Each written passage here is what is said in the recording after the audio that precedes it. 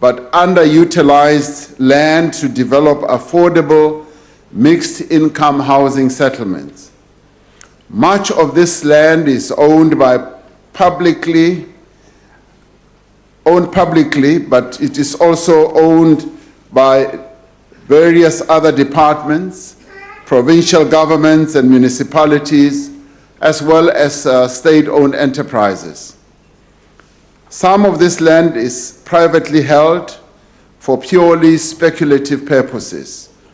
We need, in our view, to use every inch of our country to enable people to live and those who want to farm to be able to farm.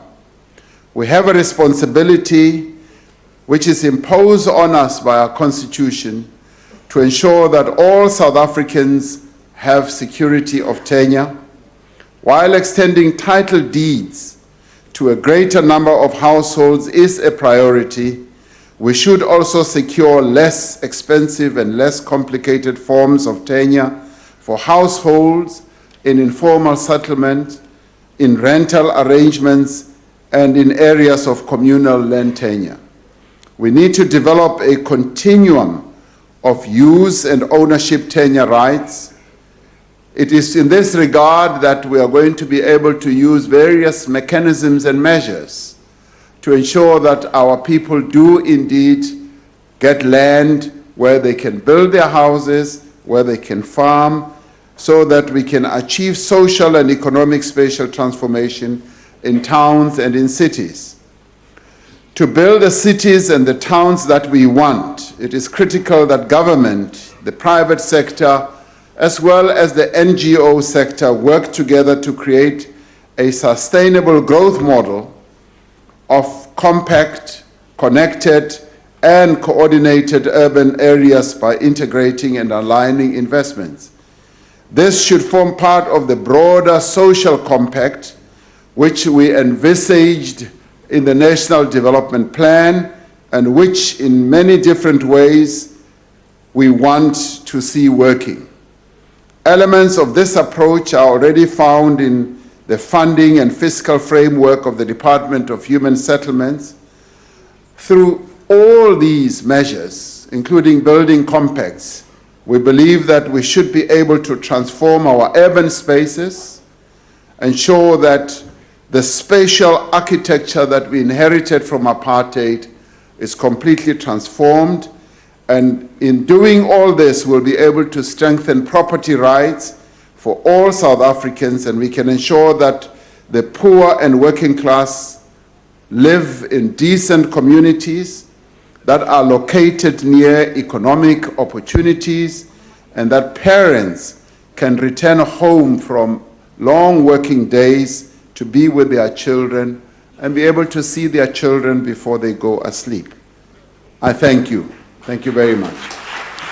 The Honorable Mafu. Thank you, Honorable Speaker.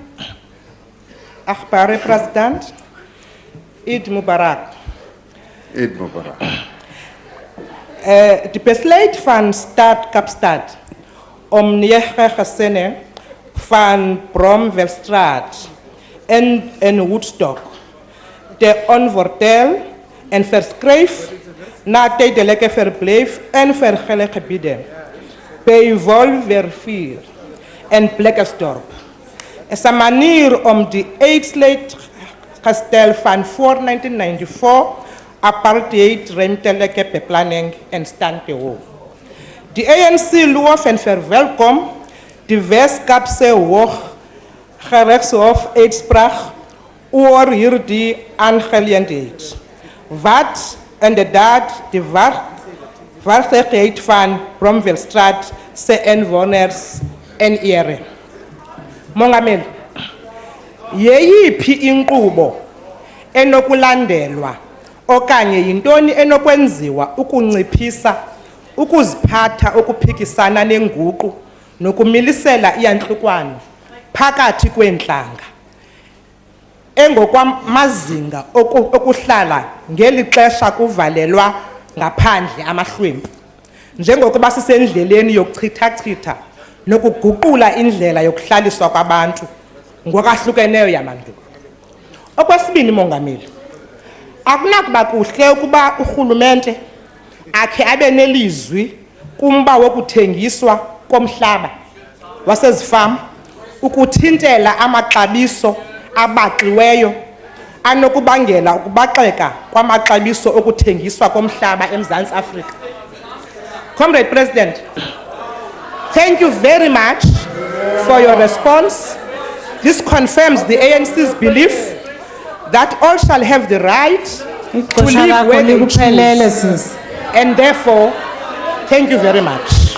The Honorable the President.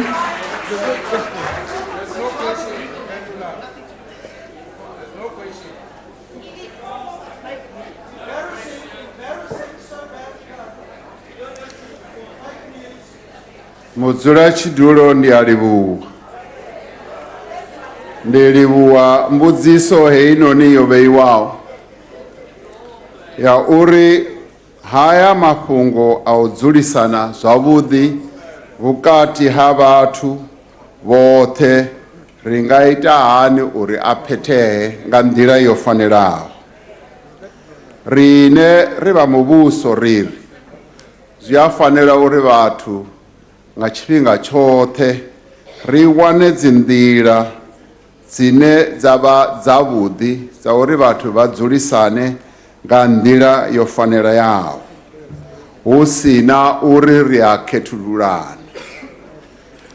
When we deal with issues of spatial land development, we need to take into account the values and the principles that are enshrined in our Constitution. And those values speak to how we embrace diversity, how we seek in embracing our diversity to make sure that indeed all of us embrace one another and are able to lead a prosperous and happy life. And to do so, we have to take measures to move away from the divisions that were created by our apartheid past. And as we do that, the government also has to take measures that should include how land should be distributed and how our people should be given proper rights to occupy and to own land, also in the urban areas as well as in the rural areas. It is precisely this that we want to focus on to ensure that our land reform program does in the end impact positively on the lives of our people and does improve their livelihood so that our people are able to get land where they can build their homes and where they can live in peace with their families. Thank you, Madam Chair. The Honorable Shivambu.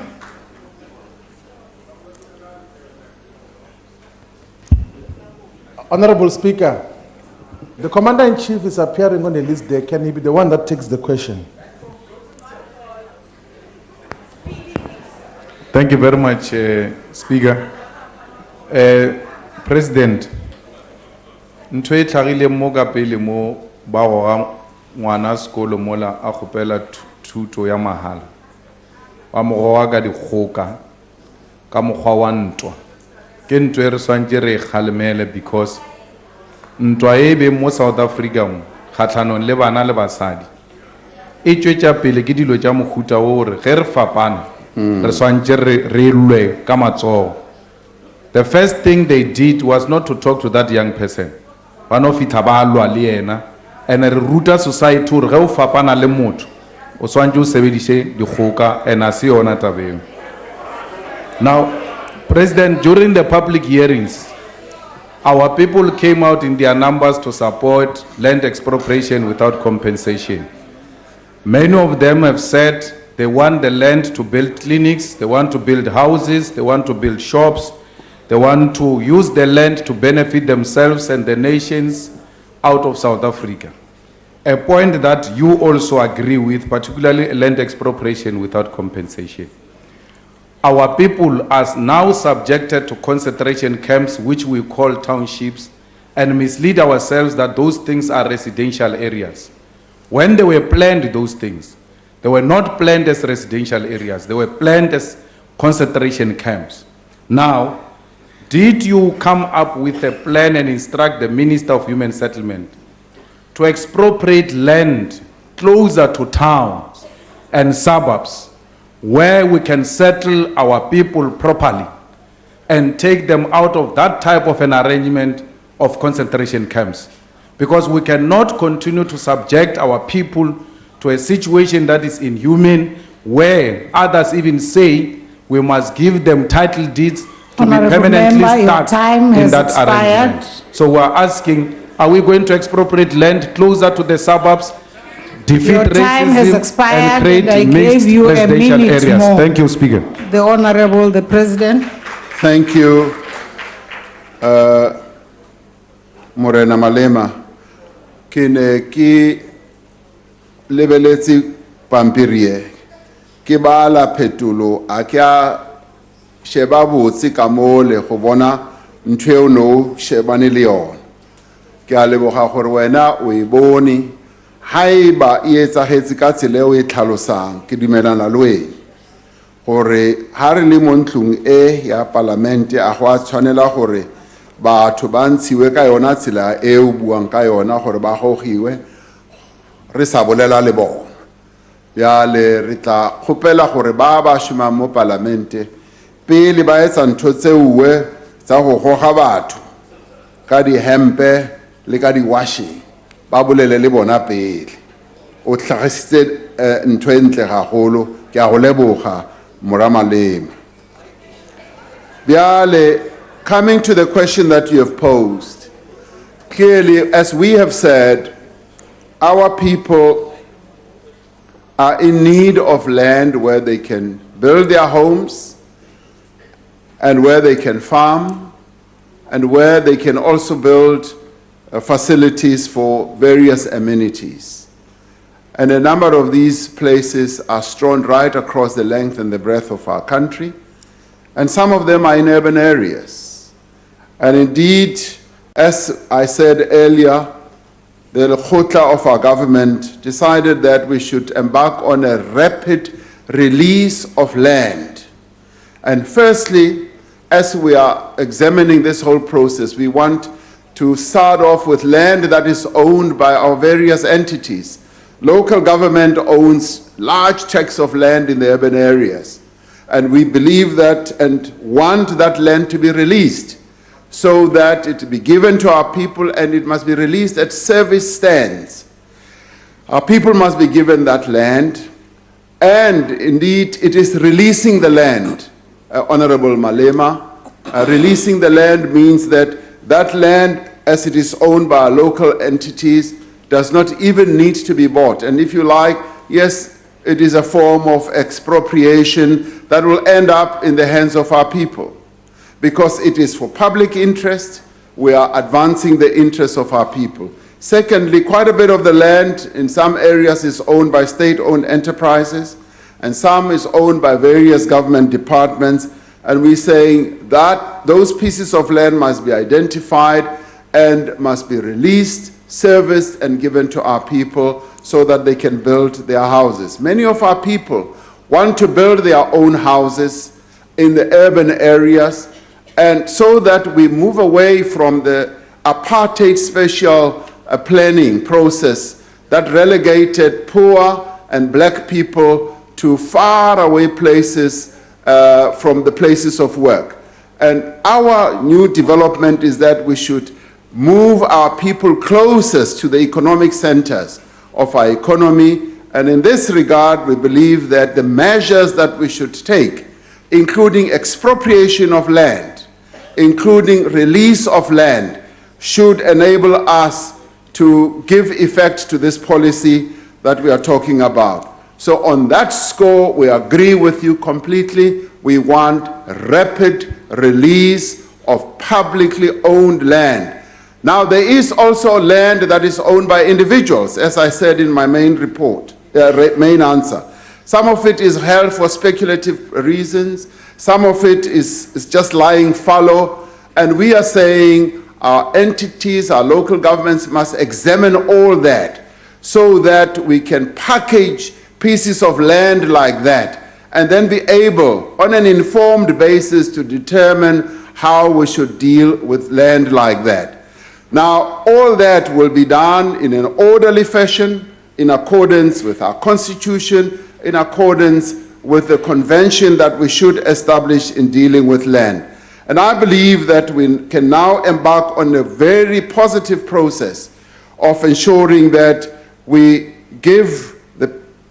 make true the promise that we made, that we want our people to have a better life, and doing so means that we should give them places where they can live, and they should live and work closer to the economic centers of our country. So if you like, we agree with you, that's precisely what we're going to do. Thank you very much.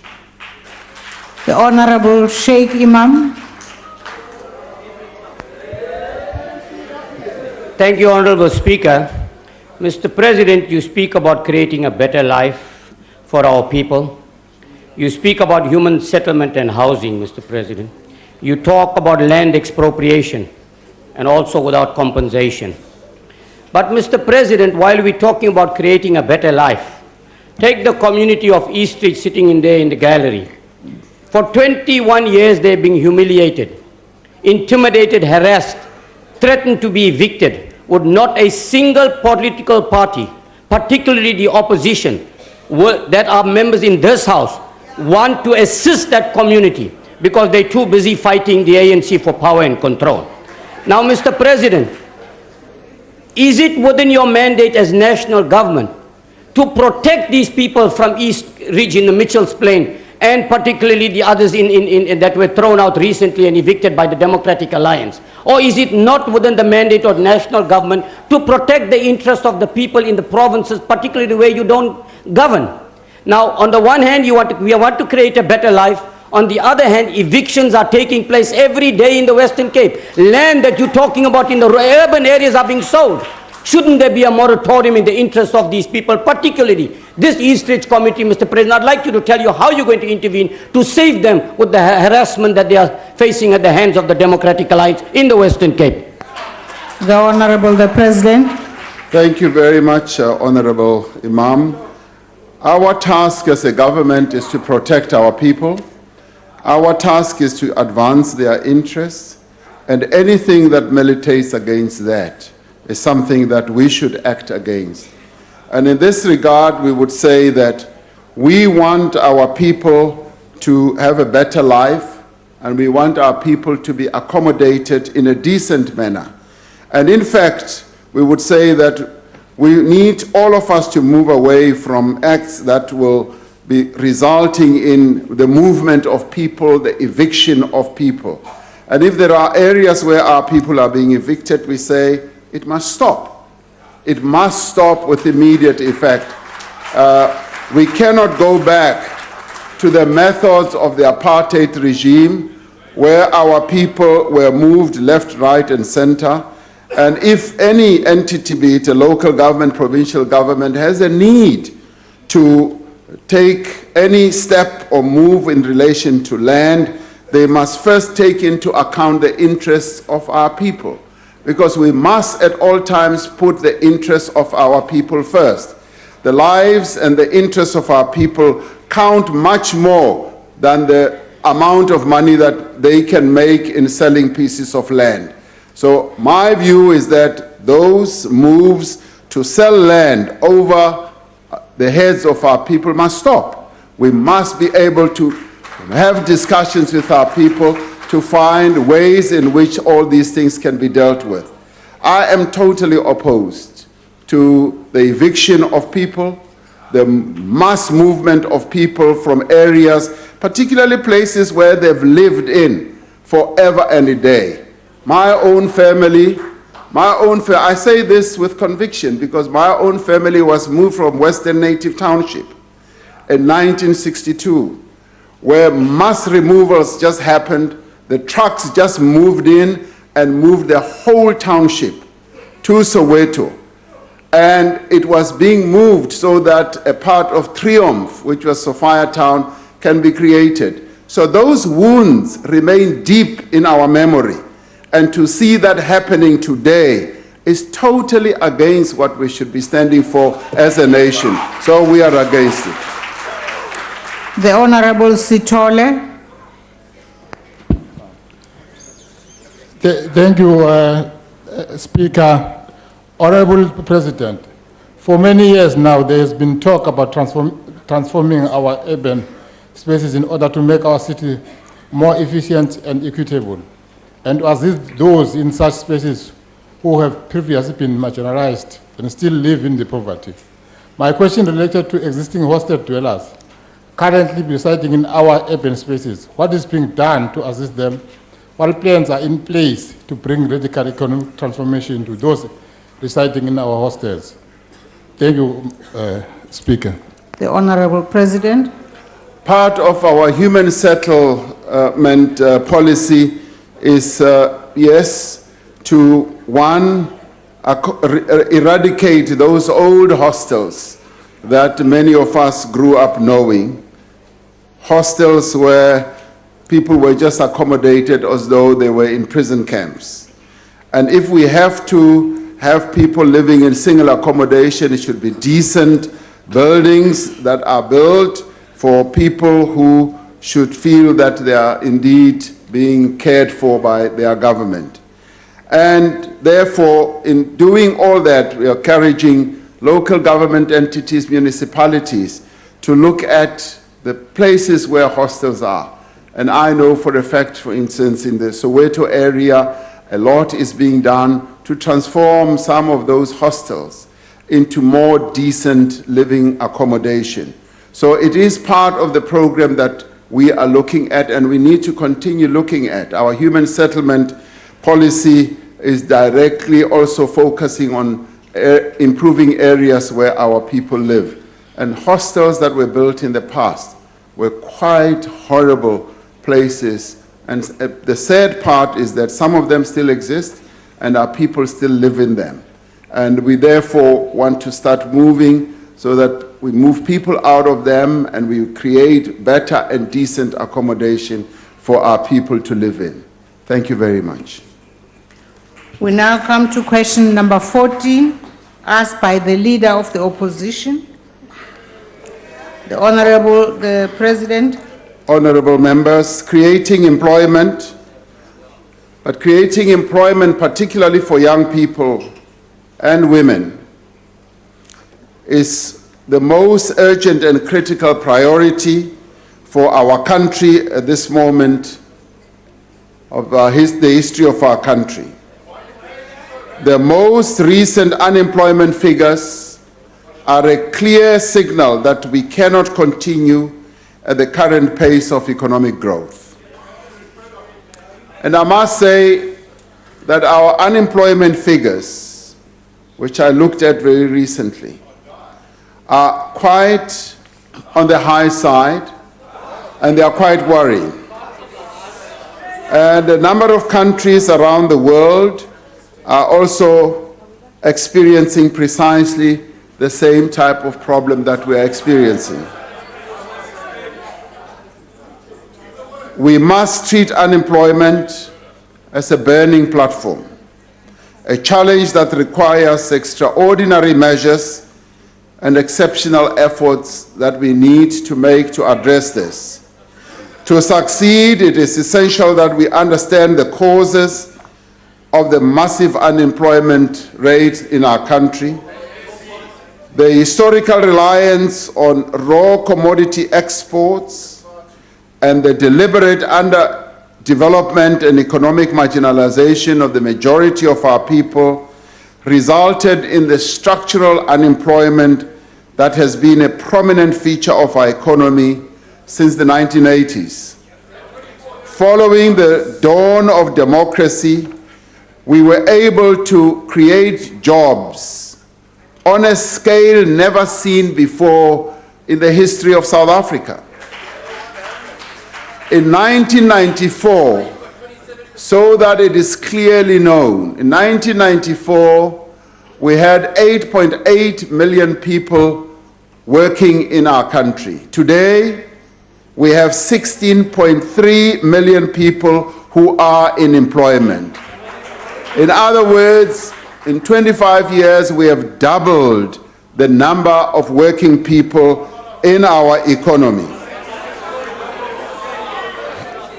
Despite an absolute increase in the number of people employed, South Africa's unemployment rate has remained stubbornly high as the population has grown and more people have entered the workforce.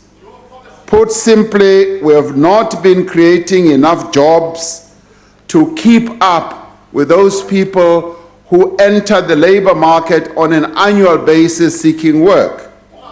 That is why this government is working together with its social partners to address both the immediate economic challenges and, through far-reaching reforms, place the economy on a new path of inclusive growth and job creation.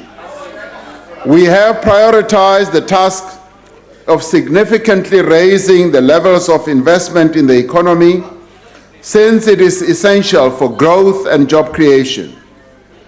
One of the ways in which we can increase job creation is through investment. We need to bring investment into our country. We need to get our local companies to invest in the economy, and by so doing, increase the number of people who are employed. There has been enthusiastic response to the call that we have made by both South African businesses and international investors to our plans to hold an investment summit, which we are going to have on the 25th to the 27th of October. We have also been approached by business leaders across the economy, insisting that they want to play, and they are playing their part, working together with government to grow the economy and to create jobs. They too see that the platform is burning, and instead of throwing their hands up in despair, they are determined to be part of the solution. Rather than stand on the sidelines and make a lot of noise like the noise I'm hearing from this side, they are saying, we want to be part of the solution.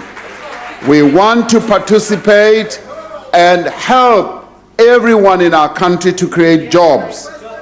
In the coming days, Cabinet will be announcing details of a stimulus package to reignite growth and to establish the foundation for a sustained economic recovery plan. This package reprioritizes funds towards initiatives that are labor-intensive, addresses infrastructural needs, and boosts local economies. This is the job of governments. Governments, in their management of the economy, have to take certain initiatives, have to take certain steps. But the government is not alone in all this. The government is not a sole player in the economy of the country. The government is a manager and an actor. The other partners in the economic space must also play their part. And we expect political parties to also play their part and bring forward proposals that have efficacy and that can lead to real job creation. Government will vigorously implement confidence-building measures to unlock private sector resources so that the private sector can have the ability to invest. We are addressing the chief constraints to greater investment and growth. Government is making progress on addressing key policy and regulatory issues that have been raised with us by the business community. Some of them have said, we want to come and invest in South Africa. One of the things that holds us back is your visa regulations, your visa requirements. And we say, okay, we are going to address our visa requirements, so that the skilled individuals should come forward and they should come on the back of the investments that various companies want to make.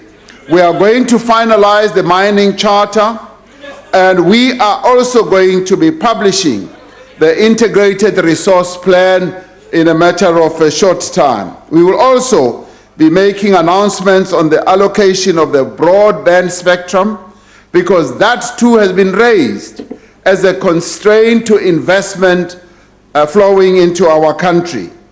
The Electronic Communications Amendment Bill and the Single Transport Economic Regulator are also going to be matters that we resolve. We do this because the private sector, who we've been interacting with, have raised this as some of the constraints, and we are going to address these issues so that we can unlock the levers that hold our economy back. We're improving governance across the public sector and have moved with speed to tackle one of the constraints that has been holding our economy back, which is corruption. We're also taking measures to improve the efficiency and effectiveness of government at all levels. With many companies contemplating retrenchments, we need to work together as social partners in much the same way as we did in 2008 when the whole world went through a financial crisis, to mitigate the effects of the current economic climate on jobs. And we would say, for those companies that may have plans to retrench workers, we say, hold back. And if you have to, let us find alternative pathways for those workers that may have to lose their jobs. Beyond these measures, we must undertake a fundamental re-engineering of our economy. We are working to build human capabilities through access to high-quality early childhood development. That is a long-term process that we are involved in, but we are going to see benefits flowing out of this. Access to higher education to produce skills that are needed for the future. The youth employment interventions that we are making are also going to improve the employability of young people as we move forward. And we are also reducing barriers of entry for many businesses. And this has been raised by many business people that we've been interacting with. We are doing all this to ensure that there is also stronger competition regulation, the revitalization of our state-owned enterprises, promoting agrarian reform, better spatial planning, improved public transport systems, and development finance and industrial incentives. We are developing the productive base of the economy by enhancing current industrial policy measures. So there are quite a number of things that we are giving attention to. And we are also promoting the growth of labor-intensive sectors like agriculture, services, and tourism. Now, as social partners and as a country, we must respond to the economic difficulties that our country faces right now. And we want to do so with a measure of working together. Yesterday, I had a wonderful meeting with a number of business leaders who, out of their own volition, came forward and say, Mr. President, we want to contribute to job creation. And we believe that if we get a number of big businesses, including small business enterprises, and we pull together, we will be able to bring to you a proposal which will lift job creation in our country. Now, that is the type of patriotic voice that we want to hear in our country, where business people come forward and say, we want to make a contribution, rather than sit on the sidelines, continue to make noise, and not put any plan on the table. I want those who have plans to be brought to the table so that we can act and take South Africa forward. Thank you very much. The Honorable Maimane, the Leader of the Opposition.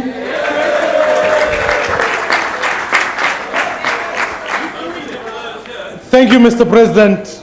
You know, there's a famous saying that says, you can either make a noise or make a difference. And I tell you what, from that side of the house, sorry. Order, honorable members. We need to hear the Honorable, the Leader of the Opposition. Since 2009, I've listened to enough noise about summits, about 9-point plans, yet still today, 9.6 million South Africans are unemployed. Here's my challenge to you, Mr. President. Here's the difference. When we talk about the difference, it's the fact that 75% of all new jobs created in South Africa have been created by DA-led government. In fact, in Johannesburg alone, in this last quarter, we've seen an increase of about 100,000 new jobs under DA-led government. That's the difference we are talking about. But let me tell you how it works. It works on the basis of building a capable state, eradicating corruption, and actually ensuring that you give policy certainty, which we've done. My question to you, Mr. President, is simply this: that the definition of insanity is doing the same thing and hoping for a different outcome, or keeping the same people and hoping for a different outcome. Here is my challenge. In your cabinet, you've kept Mr. Visa debacle himself, Malusi Gigaba. You've kept a confused economic cluster with the same ministers and increased unemployment. I want to know, are you hoping to kickstart the economy and change that trajectory? Are you willing to change the same cabinet ministers who served under Zuma and brought us to this problem? Can we bring change so we can get a new economic trajectory? I thank you very much. The Honorable, the President. Quite frankly, thank you. Thank you, Honorable Speaker, Honorable Maimane. You know, for a moment, I thought that I would hear pearls of wisdom. Just for a moment, just as you stood upright, I said, wow, today I am going to hear something completely different from what I've heard in the past. So I've waited with an open hand for some pearls of wisdom from you, and I have not heard anything wiser that you have said. And I regret to say that all you are saying, you are playing the people or the man, and you are not talking to the substantive issues that have to do with economic growth. Now we are managing the African National Congress. Maybe you didn't listen carefully. The African National Congress has been governing this country from 1994. And from 1994, it has doubled the number of people who are working here in South Africa. And that is what we intend to continue doing.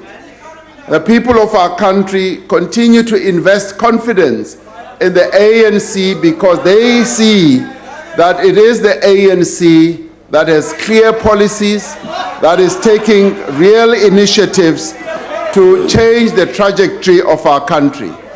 Where would we be today if the ANC had not changed the trajectory of the South African economy? We would not be here. Where would the 8 million people who today have been employed since 1994 be? They would be unemployed.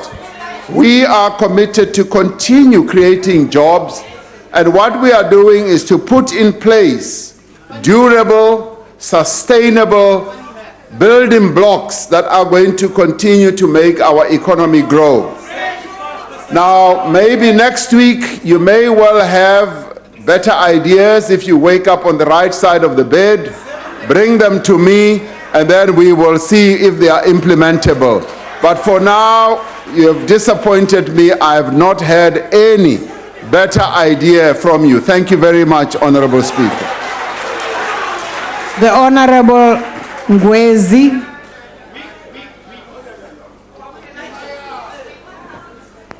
Thank you very much, Honorable Speaker. Honorable President, one of the main causes of unemployment in this country is the fact that most job opportunities require work experience, and our graduates and South Africans do not have that.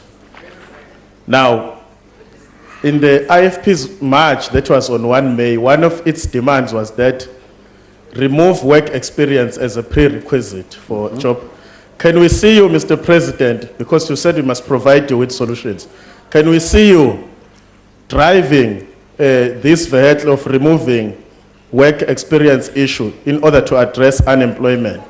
And the second one, because you said we must provide solutions, the second one that I can come with will be to remove the ANC from power, because you have failed for 22 years now.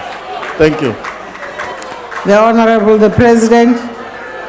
Honorable Speaker, I can help you with the first one. I'm afraid I will not be able to help you with the second one. The ANC is here to stay. I think you better get used to it.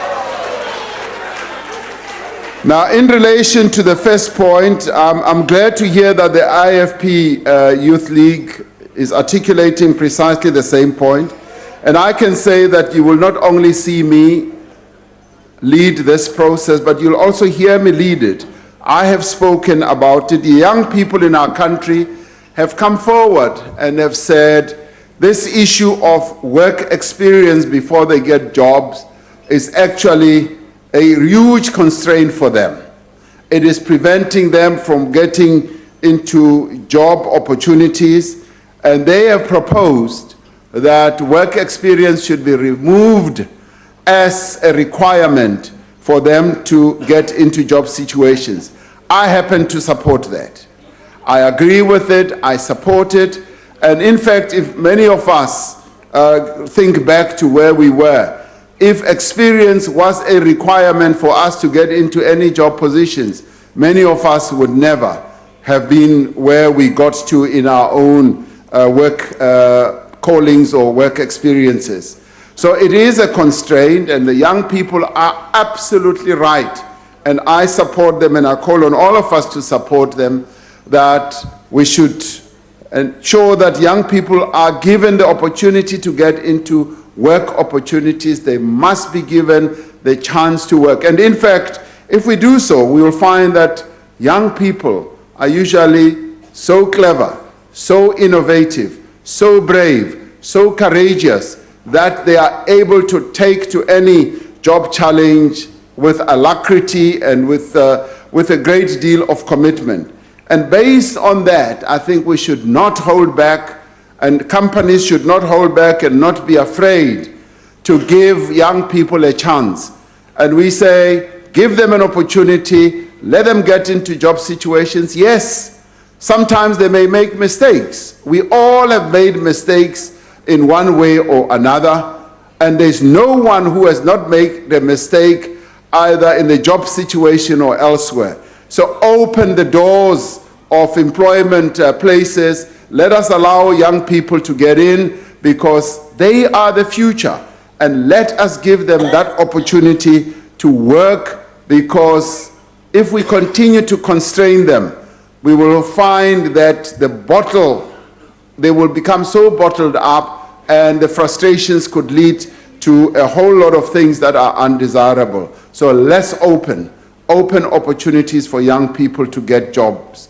And we can do it now. And I call on companies to do precisely that, open opportunities and get young people to work.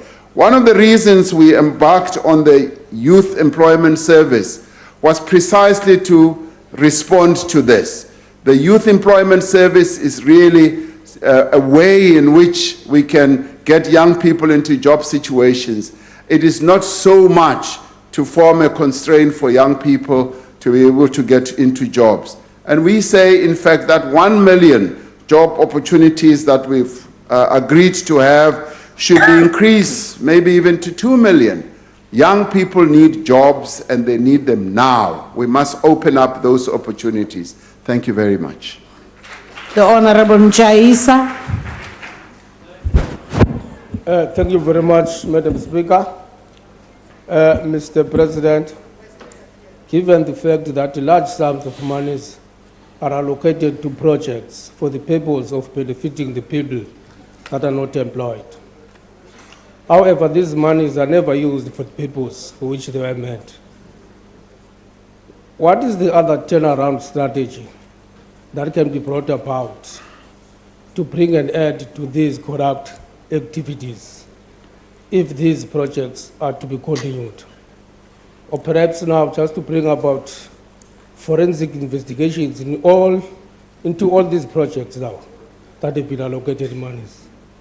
Thank you, Mr. President. The Honorable the President. Thank you very much. We are aware that there have been situations where monies that have been allocated for various projects, some of which have been meant to either create jobs or to ensure that there's service delivery to our people, have not been used for the purpose for which money was allocated. And money has been siphoned out, money has been defrauded, money has been taken and used for other purposes. Now, the experience that we are going through as a government in, if you like, a pilot type of situation, particularly in the Northwest, is giving us quite a lot of information of how this manifests itself.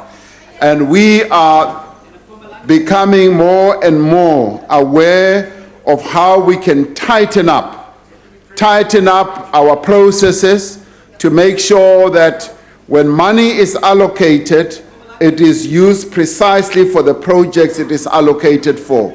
We are developing processes, we are developing systems in our various interventions to make sure that money is not stolen.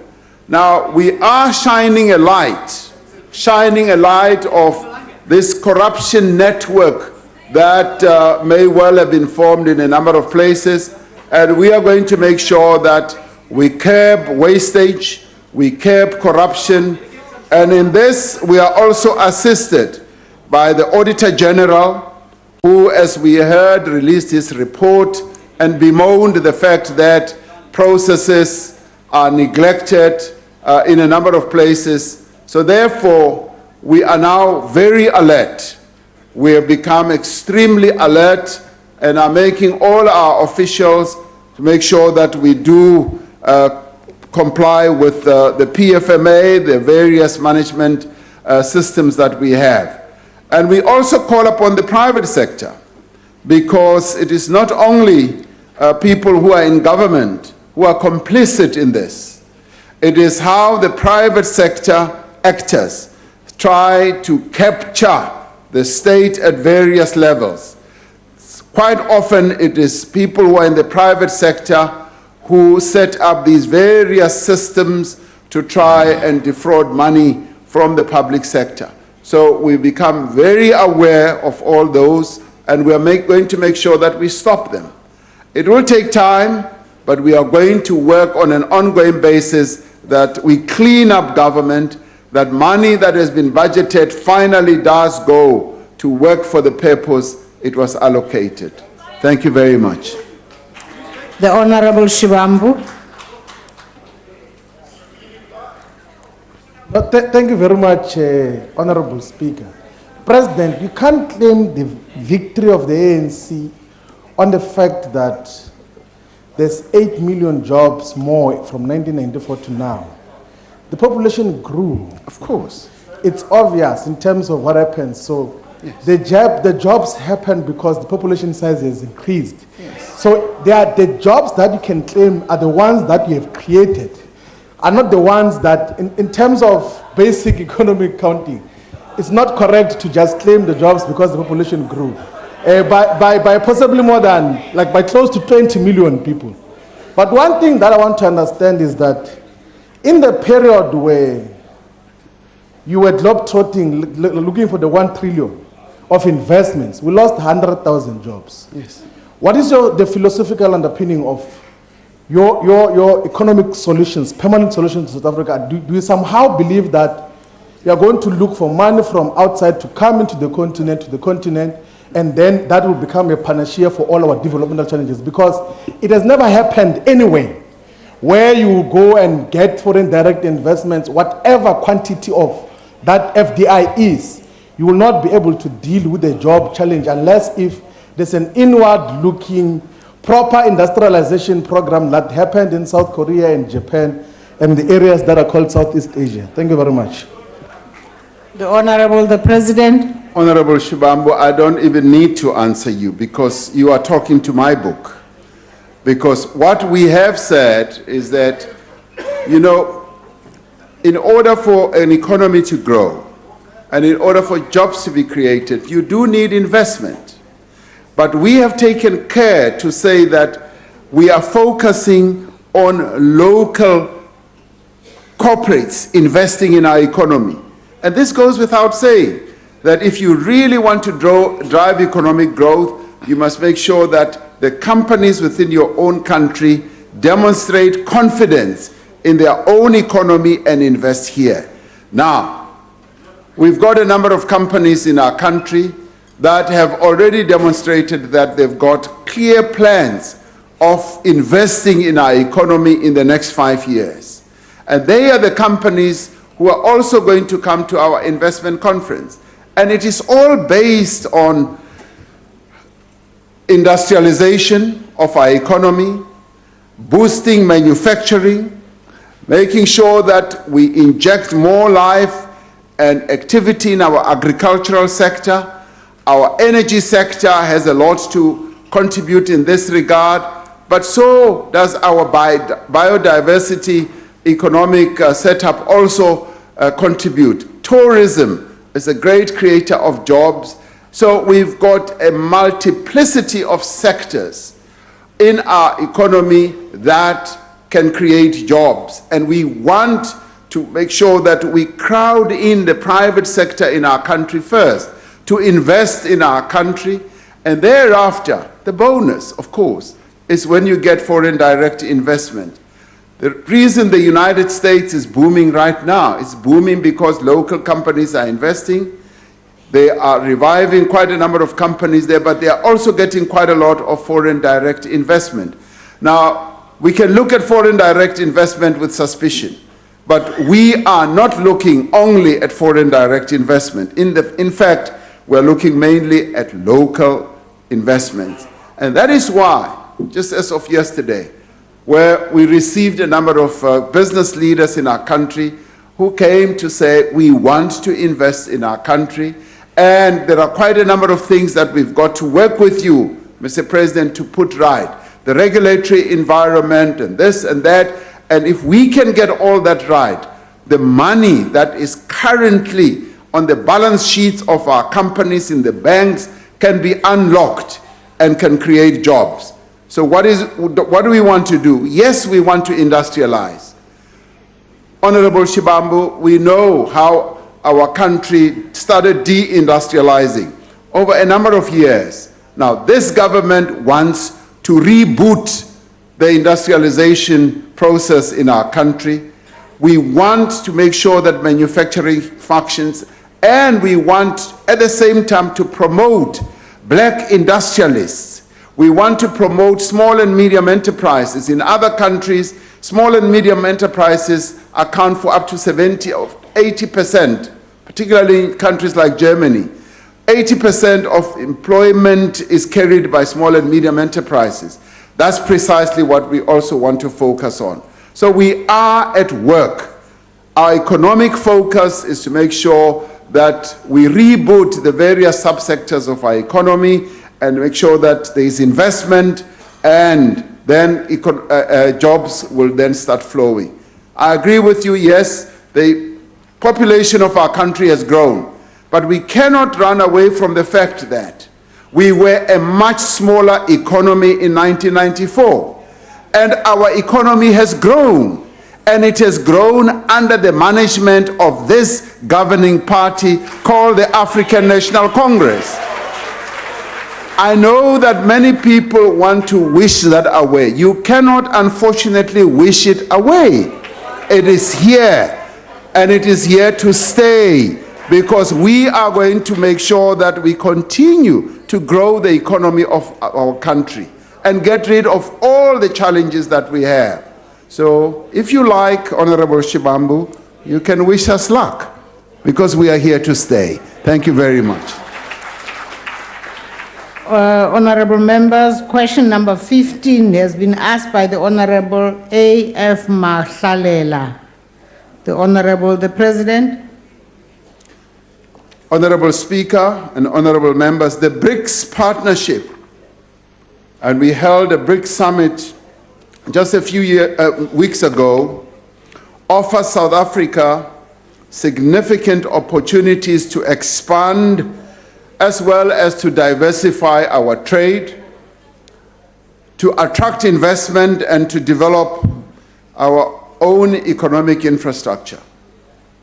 With a combined GDP of approximately $15 trillion, BRICS countries account for around 20% of gross global product, over 40% of the world population, and have collectively contributed more than half of world economic growth during the past 10 years.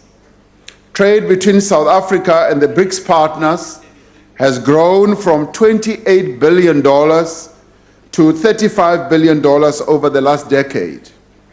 Combined, the BRICS countries account for 15% of South Africa's export and 25% rather of South Africa's imports. Against the backdrop of unilateral measures taken by some developed countries to protect their domestic industries, BRICS countries are forging ahead with initiatives to expand intra-BRICS trade and investment. One such initiative is the China International Import-Export Expo, which will be held in Shanghai in November of 2018, which South Africa will use to quite good effect to expand the basket of products to export to China. The BRICS countries have reaffirmed their commitment to work together to shape a multilateral trading system that supports industrialization and economic diversification.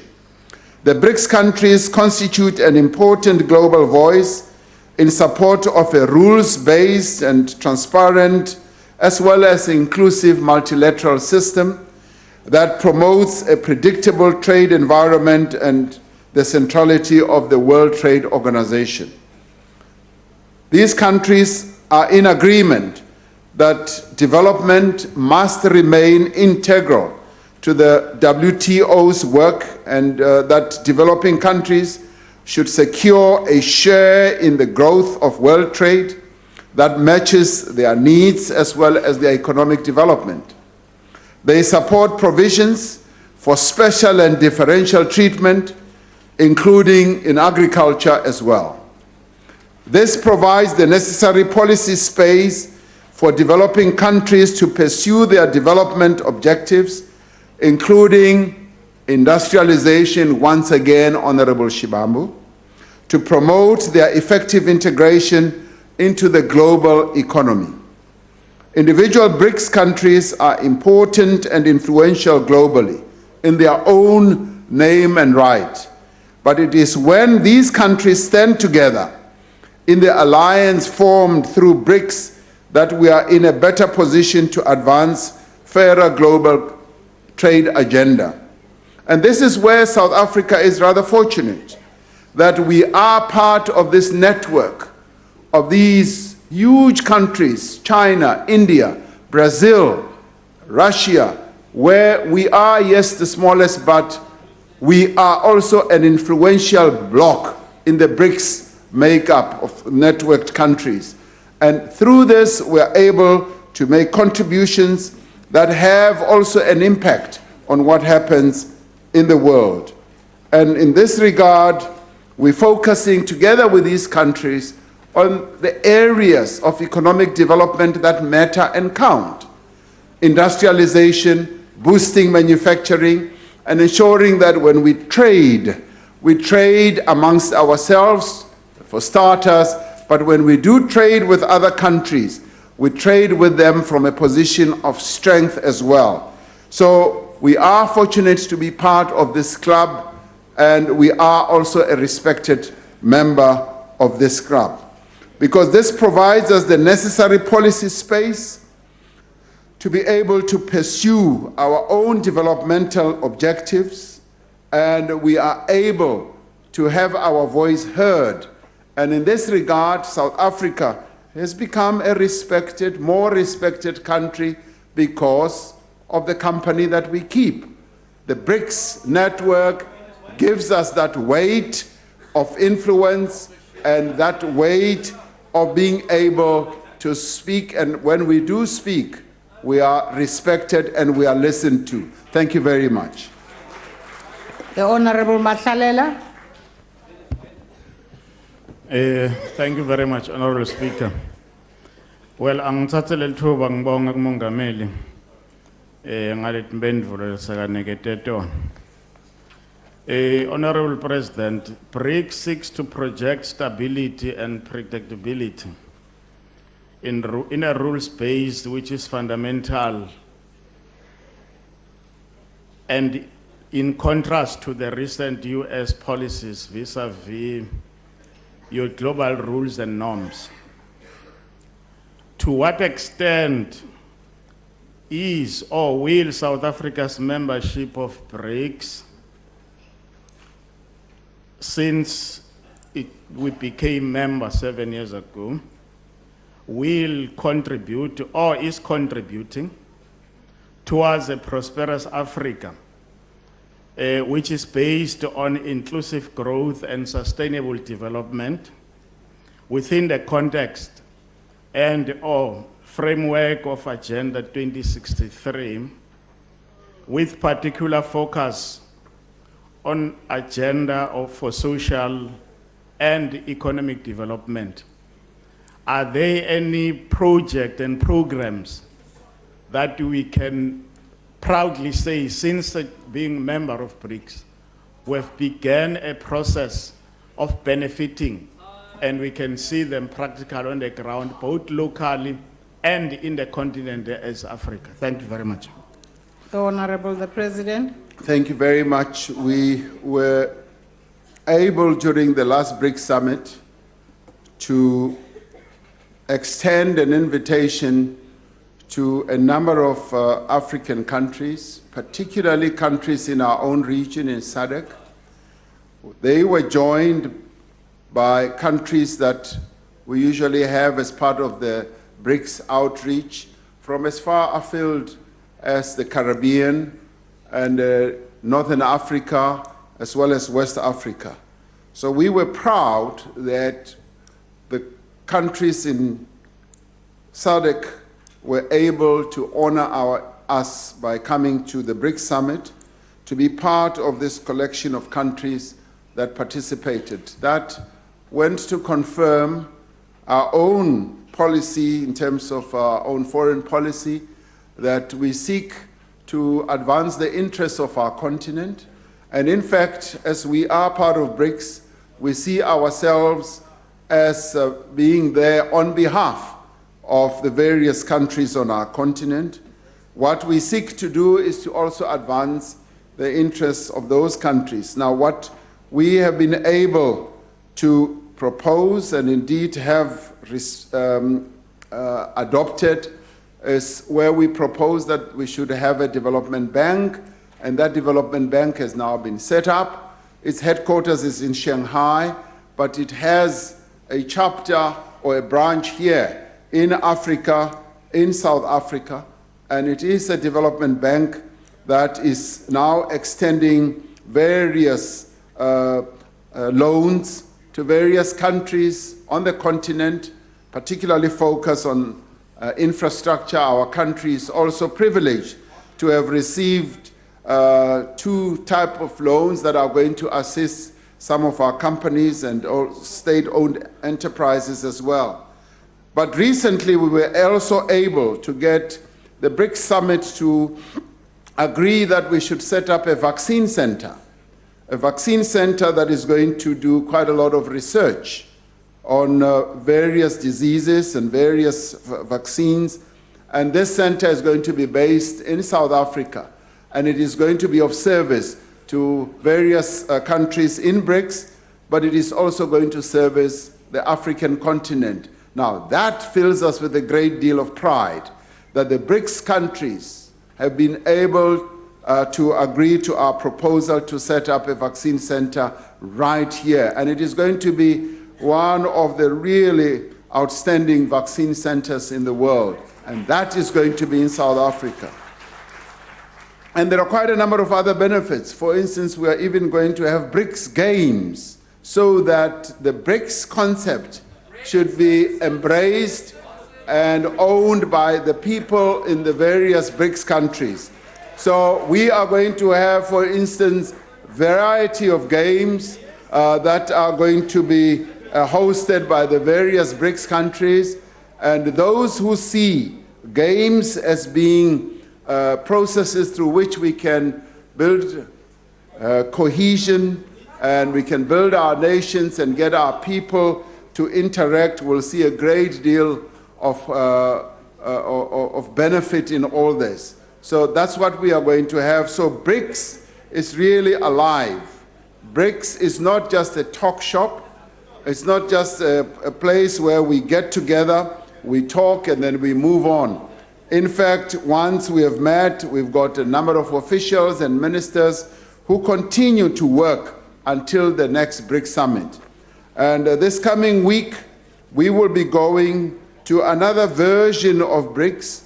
We will be going to FOCAC, which is how when African countries get together and also have a lot of deliberations amongst themselves as well as with China. So we will be traveling to that, and that too yields a lot of benefits for our country and indeed for our continent. So we are proud members of BRICS, and this we do because we see a great deal of benefit. Thank you very much.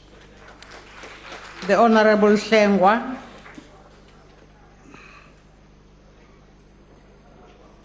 Thank you very much, Honorable Speaker. You speak about the BRICS Bank, and I was just wondering whether your decision to appoint Minister Nene back was to rescind the announcement that is going to the BRICS Bank. But Honorable Mr. President, he who pays the piper calls the tune. And China is going to be investing so-called 14.7 billion rands into South Africa, has given ESCOM 2.5 billion rands loan for the Wusile project. These aren't blank checks, Mr. President. And what is quite evident is that Tumamina has become Tuma China. And so, Mr. President, what are we doing to insulate and protect South Africa from the global expansion of China? Because whilst we may take their money, it's good that we protect ourselves. And I'll tell you why. Professor Lumgile Mondi of WITS says, and I quote, "Our membership in BRICS may seem as though we are complacent about China's behavior on the continent. It has not created any number of jobs, but instead it has brought a ship full of Chinese workers and built poor infrastructure." So do these investments actually translate into jobs? Or is it China easing off its own burdens back at home, and because they've got the financial muscle, we have become a soft target? It could be, Mr. President, our participation in BRICS is us as South Africa punching way above our weight. So I put it to you, Mr. President, what is it that you are doing from protecting South Africa's interests from Chinese global expansion? Because it cannot be that we are going to be the gateway to Africa and therefore be the gateway to the exploitation of this continent as China tries to become the new world power. Thank you. The Honorable the President. Honorable Hlengwa, thank you very much. I can tell you that I'm not as cynical and as skeptical as you are. But at the same time, we always act to promote South Africa's interests. First and foremost, the interests of our country count most, and that's what we seek to protect. When we meet and enter into any negotiations, it's for nothing else but to protect our national interests. And when we deal with various countries, and it's not only China, it could be any country in the world, we do so making sure that we do watch the I and the T, cross the T and dot the I as carefully as possible. And this we also do on our own continent. When we entered into the Africa Free Trade Agreement, we made sure that we look at everything very closely because that's what counts most. Because we don't want to either mortgage our country or our future or sell our country or our future. So you can be sure that that's what we seek to do. Now China, in our dealings with them, have not displayed any imperialist tendencies or intentions. We have not seen such, and if we had seen them, because we've got the experience of how imperialists have plundered not only our country but other countries, so we are wide awake, and we can see exactly when an imperialist comes, we see them from very, very far. Now, what we do, we've developed a very good and canny approach when we do this. Yes, we do welcome people who have money. We want to use their money so that we can advance our own interests. Recently, when President Xi Jinping was here, he and I were able virtually to open the first Chinese motor building company in the Eastern Cape. And it is now going to start rolling out cars. And who is employed there? It's South African workers. It's not Chinese workers. Yes, they do have officials and key people there, but it is a multi-billion rand investment opportunity that has come our way. Should we have... Now, if we were skeptics, should we have pushed it away and said, no, we don't want it? We don't work like that. We say, if you have money and we want to attract you to South Africa, but we are going to be on guard to advance our interests at all times and at all costs. So be rest assured that that's what we do. Next time, maybe when we have such occasions, I will ask you to be a fly on the wall so that you can see how this side of the room operates. It operates to advance our interests. Ngizakubiza mfowethu ukuthi uze uzohlala nathi ubone ukuthi siqhubha kanjani ngoba siyaqhubha thina. Ngiyabonga. The Honorable Carter. Thank you, Speaker and President, almost a Deputy President. Inclusive growth and shared prosperity implies that Africa and South Africa's relationship with BRICS and China in particular should not be a case of a winner takes it all. Now, ironically, we have a trade surplus with the United States, but when it comes to China and South Africa, our trade deficit has become progressively worse, which correlates with the dissemination of our manufacturing and textile sector. Now, in essence, all China wants is our raw minerals, our iron, our steel, and precious metals, and little else, and in return we get dumped with cheap textiles. I want to remind us all of being wide awake when we warned that Our cotton industry is going to be destroyed in this country because of cheap imports, and that is exactly what happened. 79,000 downstream jobs were lost in the Makatini flats.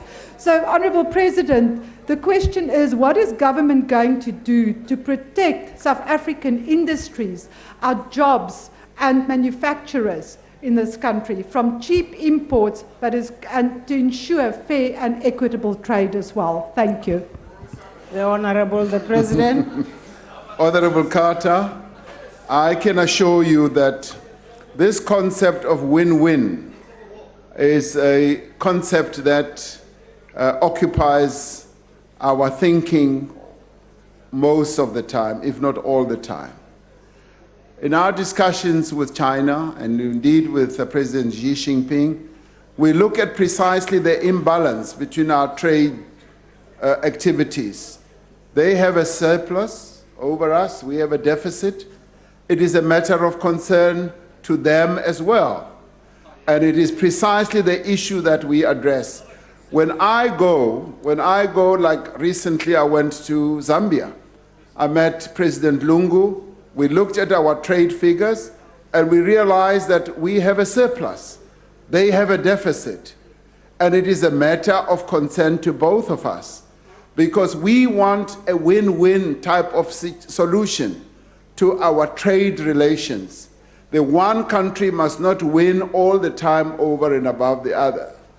And next week we are going to have another head of government coming here to our shores. They happen to have a deficit in relation to us, and that is one of the things that they want to discuss with us. And it happens to be a country in the Northern Hemisphere. So we always want to look for win-win solutions. Now, China is very much alive to the fact that they have a surplus over and above us, and they have said, and we agree with them, what is it that we can buy from you as South Africa so that we can reduce the surplus that we have over and above you? And that's precisely what we are also going to be addressing when we go to China in a few days' time, to address this issue, to reduce the deficit that we have in relation to them. So our trade relations are not trade relations that we approach from a one-way type of street basis. We want to have trade relations where we reduce deficits and where we bring about a balance, and where it gets out of balance, we try and seek a win-win type of solution. So we are very aware of our deficit in trade with China, and we are seeking ways to reduce that deficit. Thank you very much. The Honourable Maimane.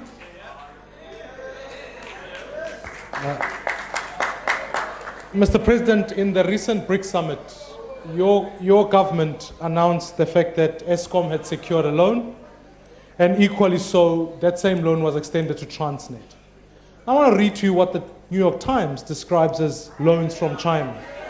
It describes it as a debt trap for vulnerable countries around the world. It fuels corruption, autocratic behavior in struggling democracies. Now, Mr. President, my challenge is this, is that the Chinese government are not just bless us, they are not giving us money. Babang kibo mashonisa. And in truth, if we look at what happened to Sri Lanka, they had to hand over their port and hand over 15,000 hectares of land when they could not pay. Now, unlike your predecessor, Mr. President, because your predecessor never veiled all trade deals, all these loans, in secrecy. Could you bring this House into your confidence and the people of South Africa as to what are the terms and conditions of this Chinese loan to South Africa? And can we be assured that our country is not being sold to Bomashonis? Yeah. The Honourable the President. Thank you, Honourable Speaker. Honourable Maimane, you know, what we manage as a government is a number of state-owned enterprises, and many of these state-owned enterprises have gone out to the world to seek loans. Some have gone to the African Development Bank. Some have gone to the World Bank. Some have gone to the Development Bank of Southern Africa. Some have gone to the local banks. So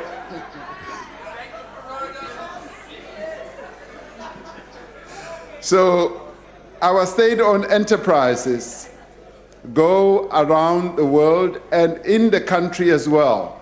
And the majority of these loans are locally sought in our local banks, and they get these loans and so that they can continue operating, so that they can continue delivering electricity to you in your home, Honorable Maimani. And the terms, if I were to give you the terms of the loans that ESCOM got from the African Development Bank, the World Bank, the DBSA, and so forth, then it basically means for every little loan we must now bring here to you. We are here to manage. We are here to manage that economy, this economy, and we are not doing anything under secrecy. The fact that these loans are announced, the fact that we go and say ESCOM has been given a loan, and we know they have a loan from the World Bank, we know they have a loan from the African Development Bank, means that we are just as transparent as you can get. And so there is just no duty on our part to be able to say, well, it's my money. Re kreile loan ya 1,000 rand, re kopa gore o tlo sheba agreement eo. No, re ka se etse ntho eo. No, a re sebetse bjalo. Ka nnete, a se sephiri, a gona sephiri ho hang. Wa itse dintho tsena ha re di sebetsa. Hobaneng o sa nkopa gore ke tlise o nkutlwe gantle mogaetso. O nkutlwe sentle. Hobaneng o sa re tlisa loan agreement ya African Development Bank?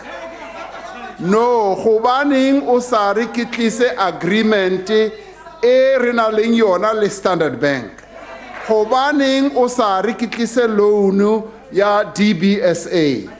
Nya, mogaetso awa, a e sebetse bjalo. Mo ke a gana ka nnete. Ke a gana tota. Ke gana tota mo. O tla ntshwarela. O tla ntshwarela ka bane gompieno nka se ye ho Helen Zille. Ke re Helen Zille ke kopa gore o mphe agreement ya loan o e kreileng mo bankeng e itseng. Awa no ne ke a gana. So ke kopa gore o re tshepe. Aiwa o ile wa re wa ntshepa. Re tshepe re tswelle pele. Mare le a go le bjalo, rona a gona se re se tshabang. A gona se re se tshabang ditumelano tse kaofela tsona di pepeneneng. Ditumelano tse a re di etse ka lekunutu, a re di etse mo lehihing, a re di etse ka mo tlasa tafole, re di etsa mo tafoleng gore o molomong a iponele a tswelle pele. So mo teng ke kopa gore o re tshepe re tswelle pele. What we can assure you, Honorable Maimani, is that all the agreements that our government enters into are agreements that are based on ethics. They are agreements that are based on good corporate governance. They are agreements that are meant to advance the interests of our people. That's all I can tell you, and take it from me, that is the reality. Thank you very much. We now come to question number 16, asked by the Honorable D.H. Khosa. Speaker, Just before the president responds to the question. Mama, isahamba njani lento yezinto? We press and press and press. President usindile apha because the problem is broader than just China when it comes to trade. Ihamba njani lento sicofa okokoko okanye i-UDM niyayincintsha ukuba siya kwi-elections? Yini mama? Usindile mongameli, uhlala usinda. Next time sakulinda. Nanga magama apha phambi kwam. Honorable President, please respond to the question of Honorable Khosa. Nisinde kanjani? Ngizakufumana nami. Honorable members, underlying all the tax proposals that government has made since 1994 is the need to promote the growth of an inclusive economy, to redistribute resources, to meet the needs of the poor, and to ensure sustainable management of public finances. It was these considerations that informed government's decision to increase VAT by 1% from the 1st of April 2018. Based on all the available evidence, it emerged as the one revenue-raising measure and source that would have the least negative impact on economic growth, which is essential for job creation and the reduction of poverty. However, as we implement the VAT increase, it is essential that this does not place an undue burden on poor people in our country. Government therefore set up an independent panel of experts to review the current list of zero-rated VAT items. The panel's report was submitted to the Minister of Finance on the 6th of August and subsequently released for public comment. The report recommends the following additional items that should be included in the basket of zero-rated goods: white bread, bread flour, and cake flour, sanitary pads, or products rather, sanitary products, school uniforms, nappies, including cloth and adult nappies. The panel recommended that Treasury conducts further work on each of the proposed additional items to ensure that there is no room created for VAT fraud by producers or retailers, and that the benefit of zero rating on these items indeed goes to the consumers. It should, for instance, be ensured that a price of a zero-rated product is reduced from what it was with VAT included. The process of public consultation will assist in evaluating the recommendations further to ascertain if they have the potential to significantly benefit poor households. The report also highlights some programs on the expenditure side that would assist poor households, such as strengthening the National School Nutrition Program and increasing the Child Support Grant and Old Age Pension Grants. Taking the recommendations to the public for comments, as well as the evaluation of the recommendations by the National Treasury and the South African Revenue Service, the Minister of Finance will then determine which of the panel's recommendations to implement by including them in current or future tax legislation for consideration by Parliament. I thank you.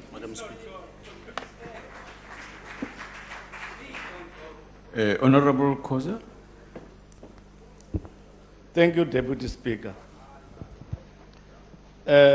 Honorable President, Bari Changani Kurangela, I would jama konzo, Gambe, I would tira, I would karata, I would imisela.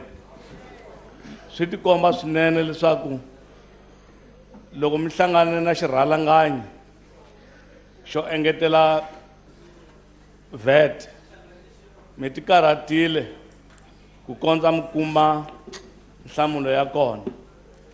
In these few words, Honorable Deputy Speaker, I'm trying to thank the Honorable President for the comprehensive response to my question.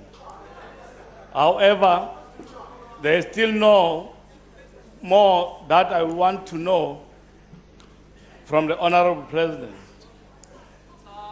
Honorable President, one of your tasks is to ensure that you ease the burden of tax to the people that you are leading. Samuranga Panda. Then, Honorable President, to what extent are communities out there being educated to ensure that they are not abused by shop owners when getting into the till? Because this is very important. And to further know from you, Honorable President, as to when the government is envisaged to implement the zero-rated VAT listed items, since as we are talking today here, there are people that you are leading outside there that we are trying to assist as we are speaking, that are already being affected by these things. I thank you. Comrade President. Na khensa leswi swa VAT hi lava ku ri vanhu va hina va swi twisisa kahle ku ri loko va ya emavhengeleni va kota ku tiva kahle ku ri i swi leswi va lavaka ku swi xava leswi nga kota ku ri swi wela ka zero rated VAT products. So ita endla ku ri ku va na ndlela leyi nga ta kota ku yi kuma ku ri i va tivisa kahle va dyondzisiwa kahle. Mi te na proposal ya kahle swinene. Hi ta fanele ku ri lava treasury hi va kombela ku ri va endla ndlela leyi nga ta tivisa kambe ku dyondza vanhu va hina hi yona. So ita swi languta swaleswo ni ta kombela Minister wa Finance ku ri a swi languta kahle hi ku swa laveka ku ri vanhu va hina va swi tiva ku ri loko va ya mavhengeleni va nga robiwi hi vanhu lava va xavisaka swilo. Now, when it comes to when this will commence, the Minister of Finance is obviously going to receive all the proposals because he has requested public comment, and once the public comments have been fully processed, he will come to Cabinet and outline precisely a proposal that he would like to put forward. Cabinet will discuss the matter, and then we will then be able to determine when this should commence. And we say this because we are very much alive to the fact that the majority of our people are really going through hardships in this regard, and the reason the Minister appointed this task team to look at what we can do in terms of identifying products that should be zero-rated was precisely to respond to the hardships that our people are going through. So we are working on it, and we should be able to have this concluded, and the Minister will come to Cabinet with a clear proposal. But nonetheless, thank you very much for raising the issue of how we can spread more information to our people about those items that will be zero-rated, so that as they go to various shops, they should know precisely what is zero-rated. So some public education is going to be necessary, and I thank you for raising the matter. Thank you. Honorable Khoza, Rule 142 requires that a supplementary question be one. Honorable Singh, I now call on you. I know you won't follow him. Thank you very much, Deputy Speaker. Thank you very much, Mr. President, for your response. Notwithstanding the fact that there are 19 VAT-free items and a few more are considered in the basket, do you not think, Honorable President, that there are other commodities which have a knock-on effect on the poor, like the fuel levies, like VAT on electricity, like VAT on water, which are basic commodities, do you not think that those should also be considered for zero rating when the Ministry of Finance looks at these items? Because these are necessary items that every single person in our country uses on a daily basis: water, electricity, and fuel, and taking taxis and other public transport. Thank you. Mr. President. Honorable Speaker, clearly, I mean, these matters should come out in the public comments that the Minister has asked for. And if there are proposals in that regard, they will have to be assessed properly and measured up in terms of our tax architecture, because that's a revenue issue for government. So that, because it is through this that we're then able to have the resources that we have to make sure that the country functions, service delivery, there are social grants. So we need to keep that in mind so that we also do not erode our tax collection process as well. But nonetheless, this is a proposal that is being put forward, and we will see how it works with the various comments that are going to come from our people. But thank you very much for that as well. Honorable Maimane. Mr. President, I just want to remind you that your government voted against the amendments we made to adjust this VAT rate.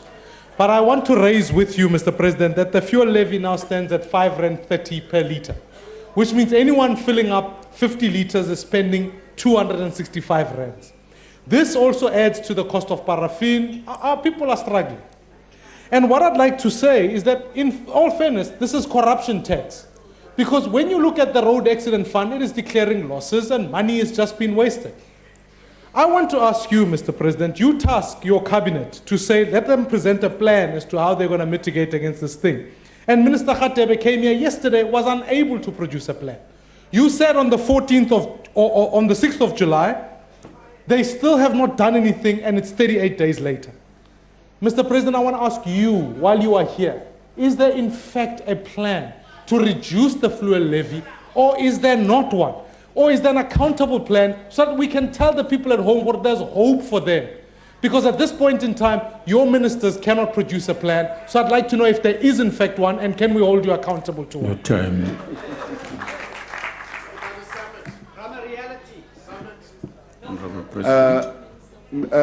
Honorable Speaker, the issue of the fuel is really a function. The fuel levy is a function, or let me start off with the fuel. The fuel is a function of what happens in the world in terms of the prices of the dollar and oil. And there was a moment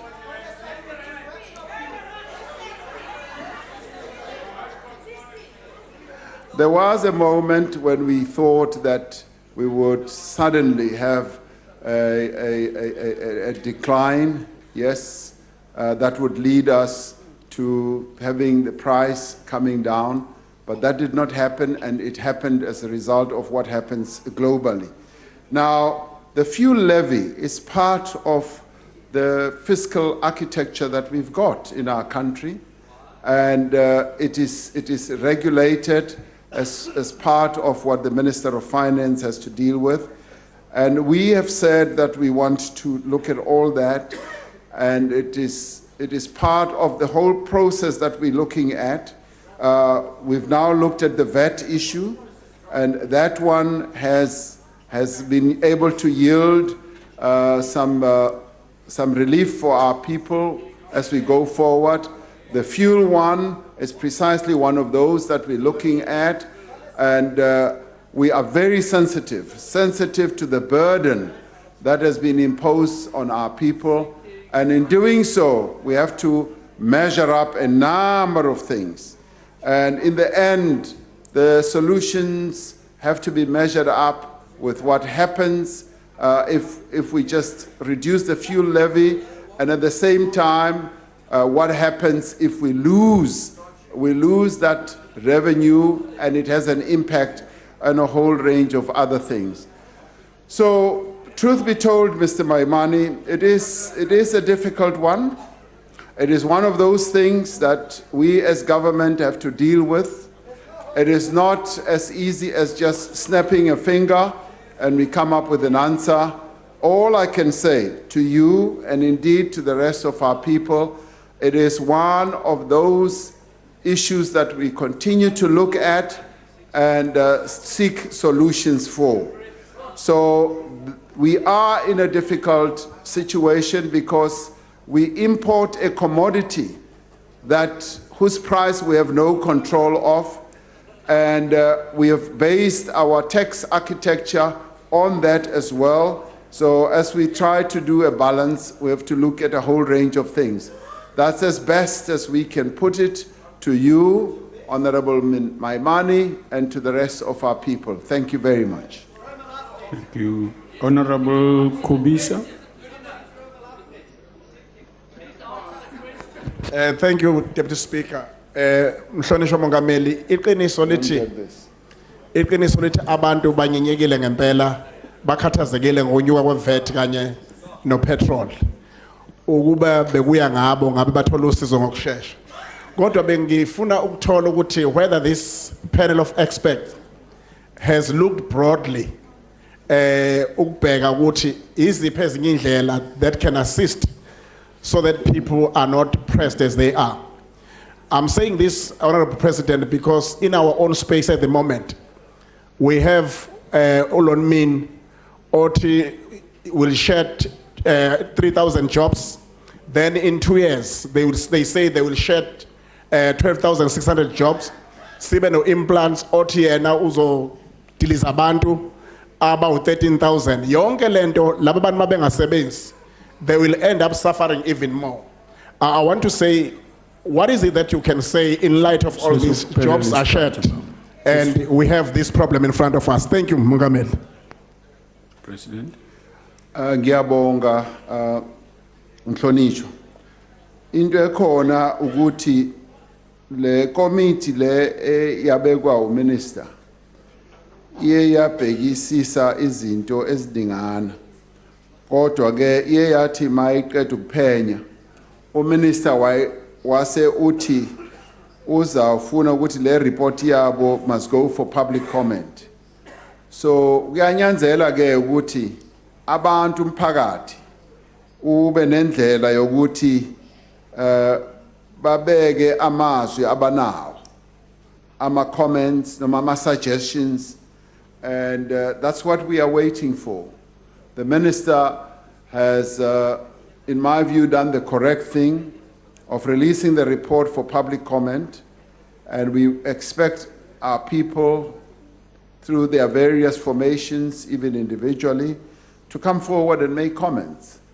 And based on that, as I said earlier, the Minister will be able to make and assess those comments and then bring them to Cabinet, and then we will take things forward. This we do because we're very much alive to the hardships that our people are going through right now. It is a very difficult economic situation that our people are facing, and our country is going through as well. And we are seeking ways and means in which we as government can respond to ease the burden that our people are going through. So we're waiting for those comments. Ngiyabonga. Thank you. We now move to question 17, asked by the Leader of the Opposition to the President.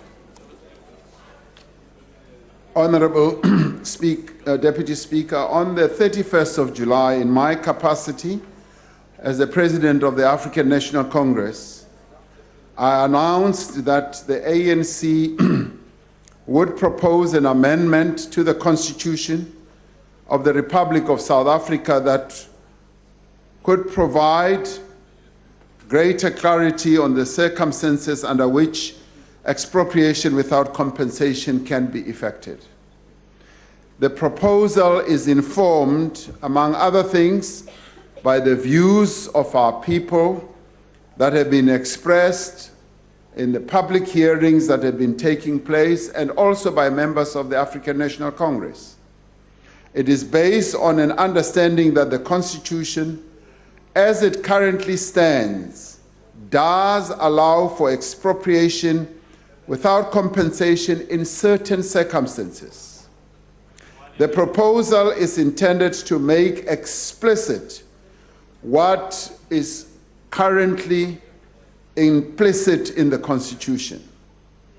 This announcement does not undermine nor does it preempt the outcome of the public consultation process that is currently underway.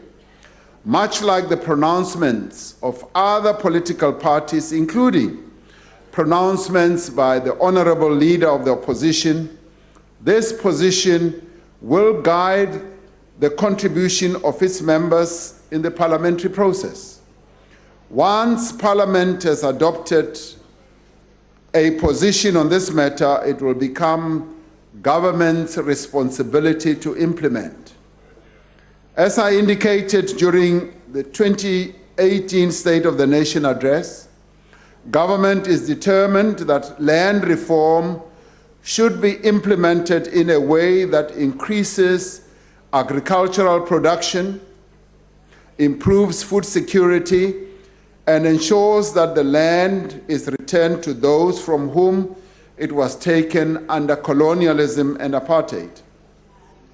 I have appointed an interministerial committee on land reform led by the Deputy President, which has been tasked with coordinating measures to accelerate the redistribution of land, the extension of security, of tenure, the provision of agricultural support, and the redress of spatial inequality.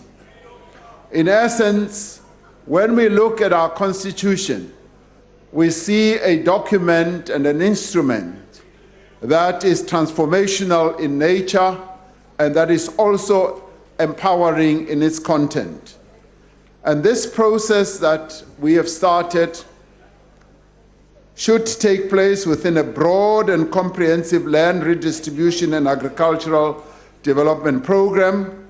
The acceleration of land redistribution is necessary not only to redress a grave historical injustice, but also to bring more producers into the agricultural sector and to make more land available for cultivation. In dealing with just and equitable compensation in the case of expropriation, for example, Section 25 calls for an equitable balance between the public interests and those affected. It lists amongst the relevant circumstances that need to be considered in deciding on such a balance, such things as the history of acquisition of the property, its current use, and the extent of direct state investment in the property.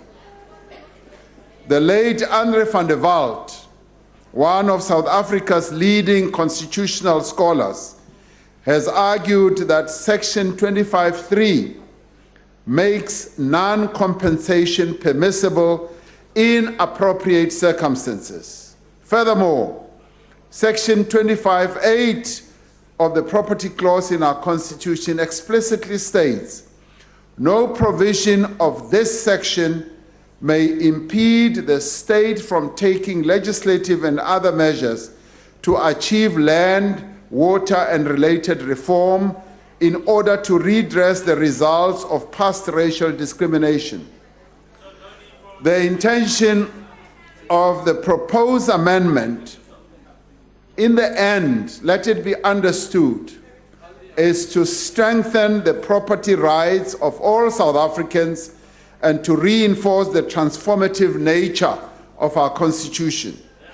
It gives greater force to the requirement in the Bill of Rights which says the state must take reasonable legislative and measures within its available resources to foster conditions that enable citizens to gain access to land on an equitable basis. It will provide certainty to those who own land, to those who need land, and to those who are considering investing in our community.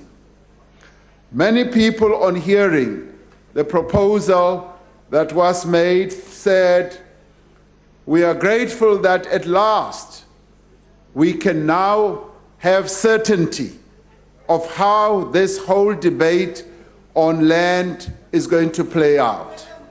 Many people have said being involved in this debate without greater clarity of where it will end has been debilitating.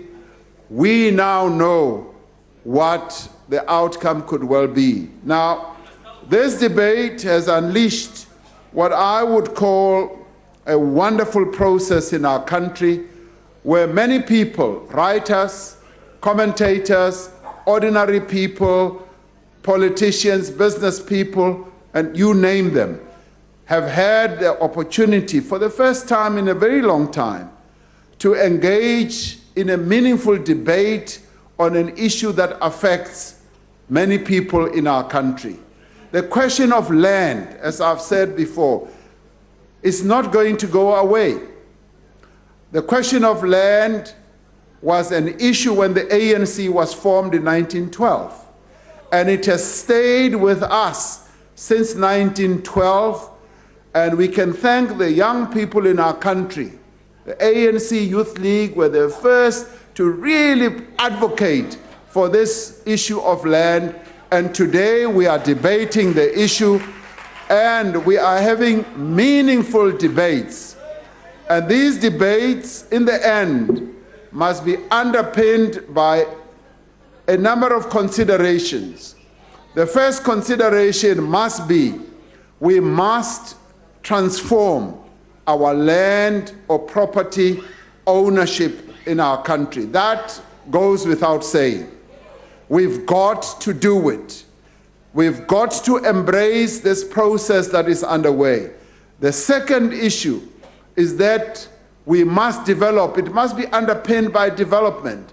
We must, as we embrace it, ensure that it's going to lead to increased agricultural production, and it is going to inject growth in our economy. And the third one is that we must do it in a way as to enhance stability in our country. So those three issues are key as we proceed with this. But I'd like to say that those who have been terrified and afraid should now know that this matter is beginning to sink in the minds and the consciousness of South Africans. Yesterday, I had occasion yesterday to meet the leadership of Agri-SA, and I was pleasantly surprised to hear them say, we acknowledge that colonialism was really bad for land ownership in our country. Apartheid was really terrible for land ownership in our country, and the 1913 Land Act was a really bad intervention in our country. And they say, we want to correct the injustices of the past. We'd like to work with you to find ways in which we can correct the injustices of the past, meaning that they have embraced the fact that we now have to move forward with the land question. They have embraced the fact that, yes, there is going to be change in the way that land is owned in our country. So those who would have wanted to resist are now coming to terms with the fact that we've got to change. And change we are going to, because our people want the wound that was inflicted on them to be healed. And the only way we can heal this wound is to transform our land ownership. And that is going to ensure that we have stability in our country, that we can move forward with greater stability in our economy, and we can move forward with our nation-building processes. So, fellow South Africans, that is where we have to go. we should no longer be afraid of this process of having to change the land ownership architecture in our country. It is here and it is here to stay. It is going to happen. Thank you very much. Honorable Malema. Malema. Sorry, Ntate. Oh, sorry. Sidiri Phoso. Go ahead, Ndat. Thank you, Ntate. Mr. President, I think you and I agree with you that land ownership patterns in this country must change. That's a good thing.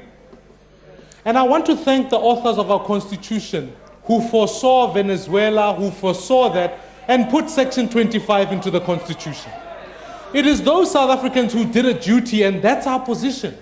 And President Motlanthe is absolutely correct when he says, actually, the reason why there's a problem with land reform is the fact that there's corruption, there's an incapable state, and there's a lack of political will to achieve what the ambitions of the Constitution are.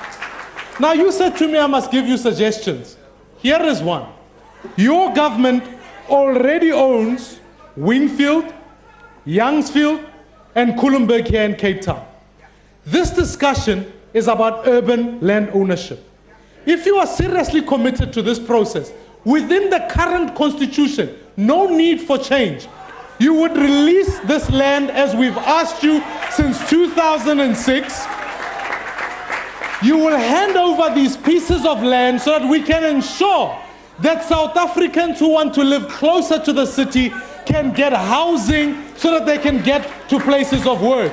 Can I ask you, will you commit, will you commit in this house to release these large pieces of land so that we can build hundreds of thousands of houses closer to the city for South Africans who have been left behind, which are already in your hands within the Constitution, so we can give title to South Africans who are left out? Thank you very much. President.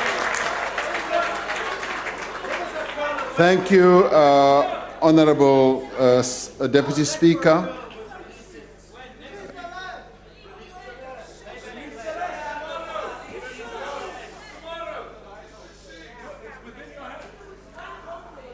Honorable Maimani is saying we should release the land, and I informed him that the government Lekgotla, the cabinet Lekgotla, decided that we should immediately embark on a rapid release of land.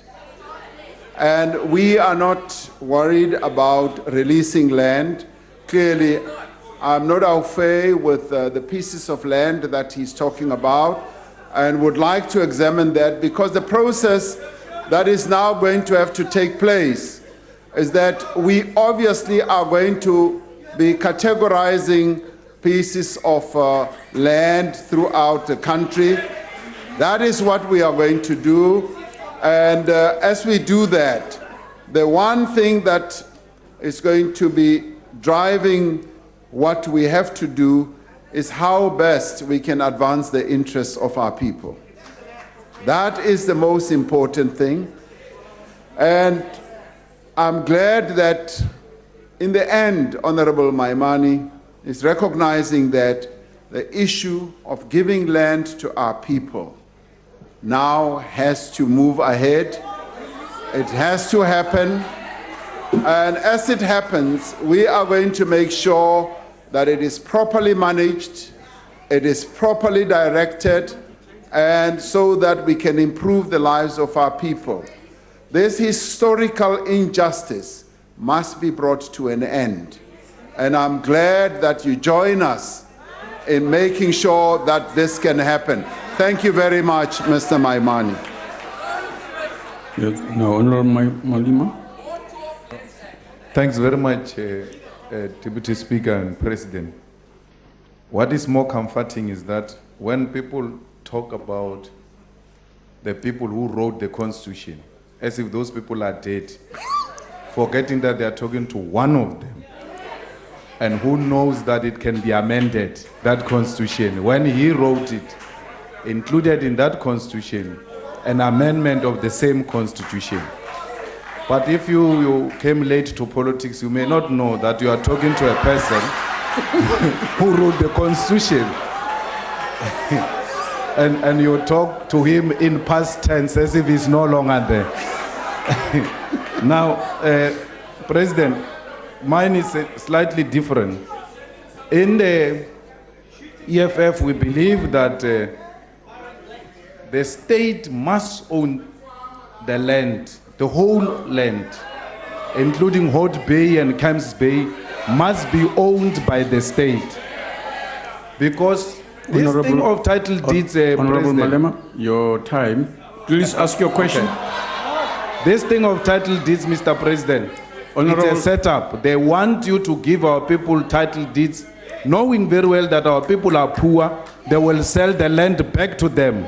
And the narrative that they stole the land will go away.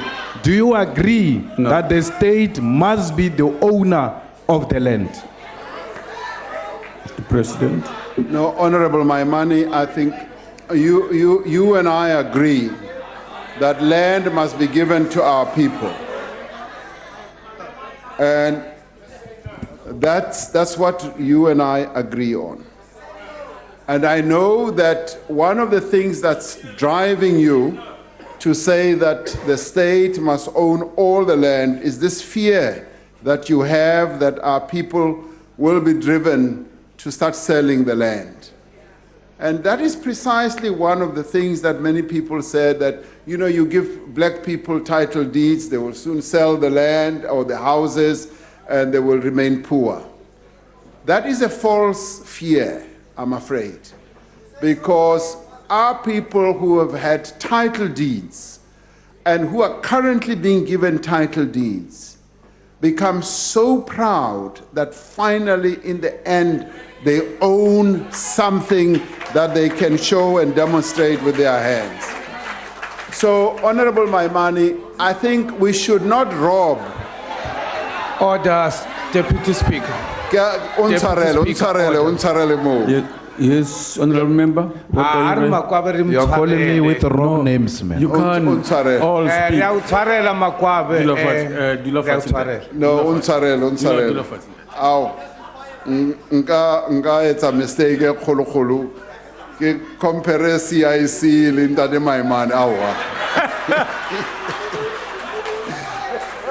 So I think we should not rob our people from this deep yearning and quest to want to own their pieces of land. Right now, Honorable Malema, right now we're going through a particular process in our country, because with the recent land reform process that we embarked on, our rural development department started buying a number of pieces of land and then leasing them out to our people and say, you can take it on lease.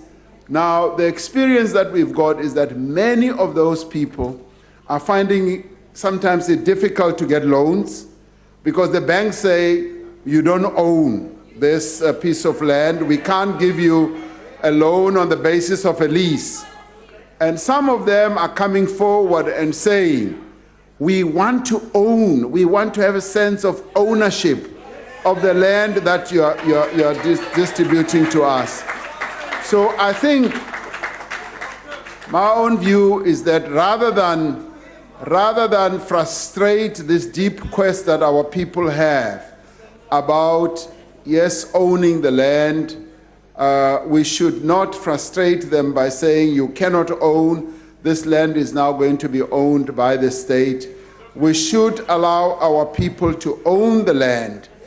And I'm quite happy that we sit down and debate this issue, because the architecture of our land reform must be such that it is empowering to our people. It must lead to transformation, and it must get our people have a sense that they can identify with the land that is now going to be put in their hands.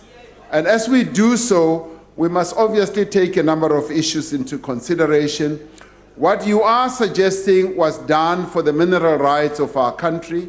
when the government said all the mineral rights are owned by the government, there were a number of people who protested and even took the government to court. But that was a different set of circumstances.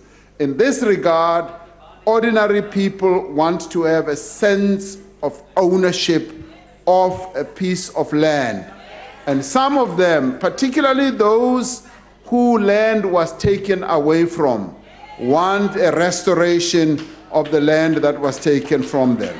So you and I have a lot to talk about, and we can debate this matter. But what is pleasing is that there's growing agreement amongst all of us that the release of land, the transformation that must take place in relation to land, and the expropriation of land is now becoming more and more accepted. We now need to move forward. And moving forward is going to mean that we deal with the categorization of the pieces of land that needs to be given to our people so that it can drive economic growth, it can drive agricultural production, and ensure that there is food security. I think that that's where the debate must now revolve around, because we should no longer be trapped in the argument that no, you should not move ahead with land reform by utilizing expropriation without compensation as one of the measures. We now need to move ahead, yes, distribute government land and identify a number of pieces of land. And let me say, one of the issues that are coming up is that a number of companies are coming forward, and they are saying to us, Mr. President, we have no business to be owning land. We have large tracts of land that can be parceled out to our people. Our quest is that we should continue doing business, and we want to be in partnership with our people. So a number of solutions and options are being opted for, and those are what we should now be focusing attention on.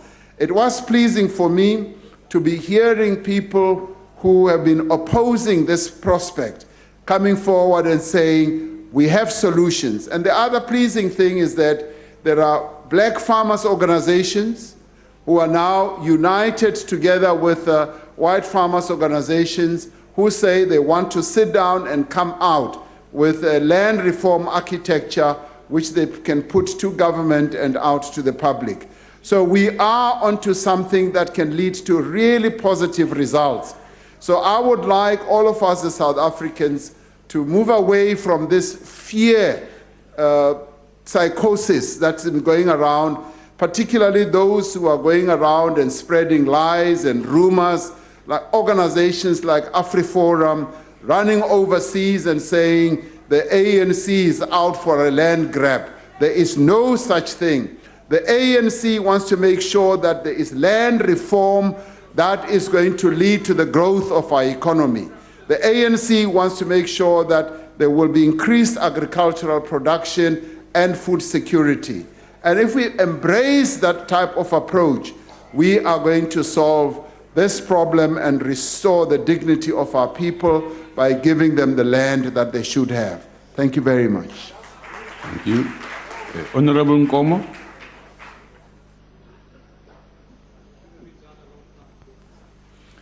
Thank you very much, Honorable Speaker. It's Honorable Hlengwa who will be speaking on my behalf. Thank you. Okay. Honorable Hlengwa.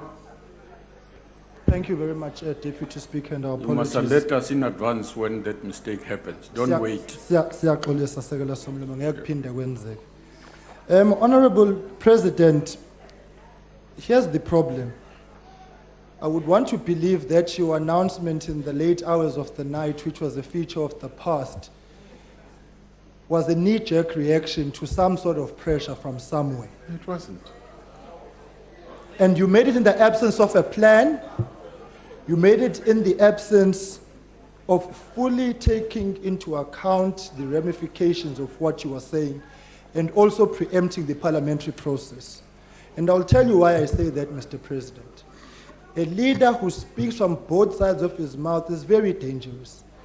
On the basis that on who you are speaking to then you take a position. You spoke to the Afrikaner and you said there will be no changes to the constitution. And then there will be a change. So the question is, how can we trust such a delicate matter when we do not know where you fundamentally stand? And I put it to you, Mr. President, that as the chief author of the Constitution with your colleague, Mr. Rolf Meyer, before you move to the amendment of the Constitution, tell us, how did Section 25, which you wrote, fail? Take us into your confidence. Where did it fail that we arrive at this point in time, so that we have a better appreciation of the position that you are saying now? Because we all want land, time is but expired. we want under leadership we can trust and is honest to the facts. Honorable President. No, thank you very much, Honorable Hlengwa. Honorable Hlengwa, the announcement was made, yes, in the evening. It was not midnight, as some people have sought to suggest. And it was in the early part of the evening. And just as I said earlier, I made the announcement as President of the African National Congress. Just as any leader of parties that are here have been able to speak about this issue, but the ANC, being the majority party, has all the rights to put its position forward, to give leadership to the country about what needs to be done. And that's precisely what we have done. You may not like it, you may not like the fact that it was done in the evening, but it is what it is. The ANC has spoken on this matter, and the ANC has also said it is going to manage this matter as well as it should be managed. The second issue is Section 25 makes it quite clear that expropriation is a process that can be embarked upon. And you may well have a point in saying that we have not utilized it to good effect as well as it should have been used. Now, we embarked on a process. We embarked on a process of seeking to effect land reform in our country through going through the length and the breadth of the country, buying up land. And the budget that we had was never going to be enough. In fact, if you really want to know, if we were to follow that measure, because we have a number of measures that we can follow, if we were going to follow that measure alone, it would easily take us 75 years or 100 years before we achieve the objective that we seek. Now, what would it cost us? It would cost us easily more than 500 billion rand, 750 billion rand, money that we do not have. At the same time, we are facing a demand from our people, and this is what the ANC has had to respond to. Faced with the demand from our people, the deep quest for land amongst our people, it was decided that we now need to speed up the land reform process, and we should have, as one of the measures that can be utilized, expropriation without compensation, which is implicit in the Constitution. It is implicit. We can utilize this measure. We are now going to say, our people say, make it very clear, make it explicit by effecting an amendment to the Constitution, because it is implicit. It's not like we're doing something that's completely new and strange. Right now, we are able to expropriate without compensation. We want to make it clear so that we are able to say with greater clarity, it is one of the measures we can use, and we can use a whole range of other measures as well. So, Honorable Hlengwa, we are not speaking from both sides of the mouth. We are speaking about a reality that exists, and this is what the Constitution of our country does implicitly enable us to do. And yes, indeed, it is a proposal from the African National Congress.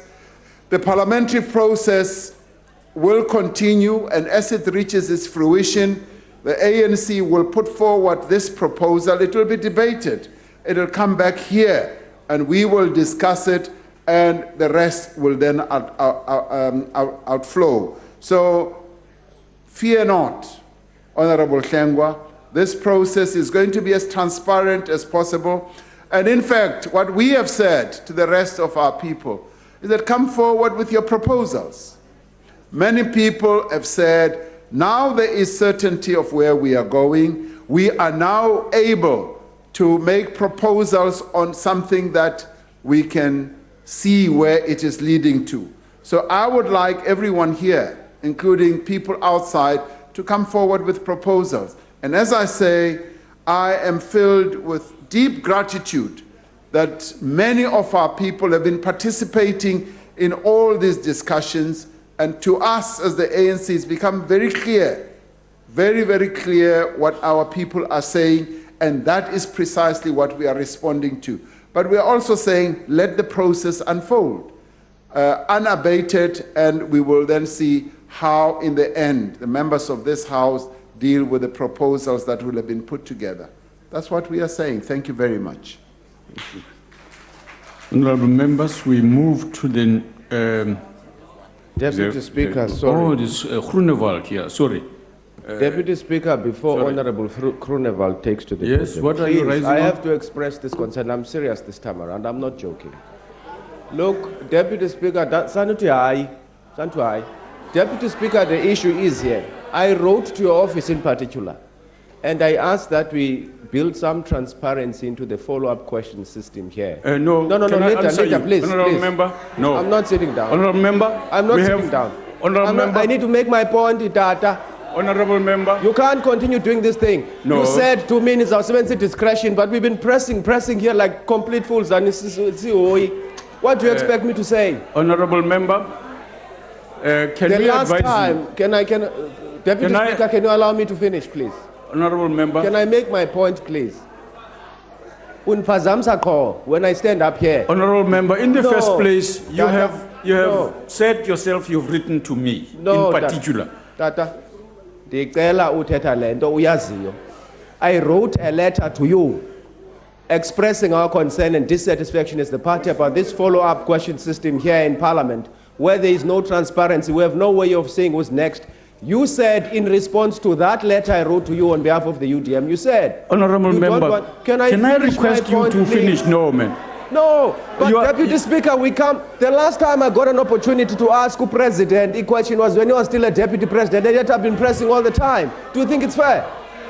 Honorable member, please sit down, man. This matter has been dealt with before. No, but it will this be is a dealt with matter. again in the House. No, but you're not using the same discretion you Your said in name your is letter not you are using. here. It was. General's name was there. I was there. I saw it. Honorable member, please, man. Yes, Can we come back to you? We've We've written to you. Files, just as drop. We've What's the responded to you. Take your seat. Take your seat. We will respond to you again. The Rules Committee received a considered response on this matter, and we circulated it to you and to other members who were here who raised similar questions. Honorable Groenewald, please go on. Dankie. Dankie, achtbare. Order, honorable members, order. Allow Honorable Groenewald to proceed, please. Dankie, achtbare Adjunct Speaker. Honorable President, I want to start by saying to you that I differ on your views. I don't think, and I'm sure, that expropriation without compensation is not going to speed up the whole land reform issue. And I also want to say that you yourself, in your answers today, have mentioned that investors want certainty when it comes to land. But I want to say to you, the people who really want certainty are the landowners of South Africa. They want the certainty of their land. And I know that you're a very good negotiator, and everybody knows that you have mesmerized the Rolf Meyer, and I suppose you have mesmerized some agricultural leaders also. But I have a message to you also today, Honorable President. Honorable members, why do you ignore the time allocated to you? I'm afraid your time No, Chairperson, no. I was interrupted all the time. I'll round up. Agbare president, daar is ook 'n boodskap van ander boere. En dis 'n ernstige boodskap. Met respek gesê, die boere se boodskap is, hulle sal nie vrywillig afstand doen van hulle grond. Honorable member, your time is Dit gone. moet u ook verreken. Your time is gone now. Honorable members, order. Don't do that to that member. He has a right to express his opinion. No, you can't. You can't. You want your views to be protected, to be said in the House. He has that right. Honorable members, please, your language. Honorable member. What are you rising on? Deputy Speaker, that man just threatened that they are not going to give off willingly. He just threatened that. Honorable that member. Afrikaners, that Boera will not give off willingly. Honorable and you member. allow this. No. You should have in the first place rose to say that. Not to talk to the person in the way in which you did. There should be order in how we handle our differences. Honorable members, Speaker. please, let's proceed with this matter. We're not fighting. We're just telling him that we're not scared of him. No. And the people he's talking Malema, about. no. Honorable President. Honorable Deputy Speaker, ek wil net sê, wat ons moet doen in hierdie land, ons moet sorg dat ons het transformasie. Ons moet ook sorg dat ons het ontwikkeling. En ons moet ook sorg dat ons het stabiliteit. Hierdie 3 dinge is baie belangrik. As ons wil hê dat Suid-Afrika moet voorgaan. Nou, as ons nie transformasie hê nie, sal ons nie stabiliteit hê nie. Now, we have to balance all these things. Unless we have land redistribution in our country, we will not have stability. Those who say we want to hold on to our land, they may find that they hold on to something that does not exist anymore. So we must, as leaders, ensure that we transform, and transformation must mean that we have redistribution of land, because there is a historical injustice that was committed many years ago. The wound continues to fester. We must at the same time have development. Now, this is where we can all work together, and that is why, Honorable Member, I had great joy in talking to the agricultural organizations who said, we want to make sure that through the land redistribution process, there is development. We develop black farmers and make them successful, and we also distribute land where our people can live. And the important thing that we should all focus on is stability. Now, you can make your choice. If you don't want stability, then don't transform. But if you want stability, then we must transform. And we must therefore work together to make sure that the transformation process leads to development, which will finally give us the dividend of stability. That is precisely the equation that is at play here. Dit is transformasie, dit is ontwikkeling, en dit is ook stabiliteit. As ons oë op hierdie 3 dinge bywoog, we are going to make sure that our country succeeds. And hence I'm saying that we should not be afraid. Even the landowners must not be afraid to embrace this process. Now you say the landowners want certainty. I can tell you that those who do not have land also want certainty. It is the people who are hungry for land who want certainty from the government. And at the same time, the government must balance both so that we have a win-win type of outcome. That is what I aim to see happens in our country. Thank you very much. Thank you. Honorable members, we now move to question 18, asked by Honorable Malema to the President. Mr. President. Honorable Maima, no, you said Maimane, it's Malema. Yes. Kisi, I see.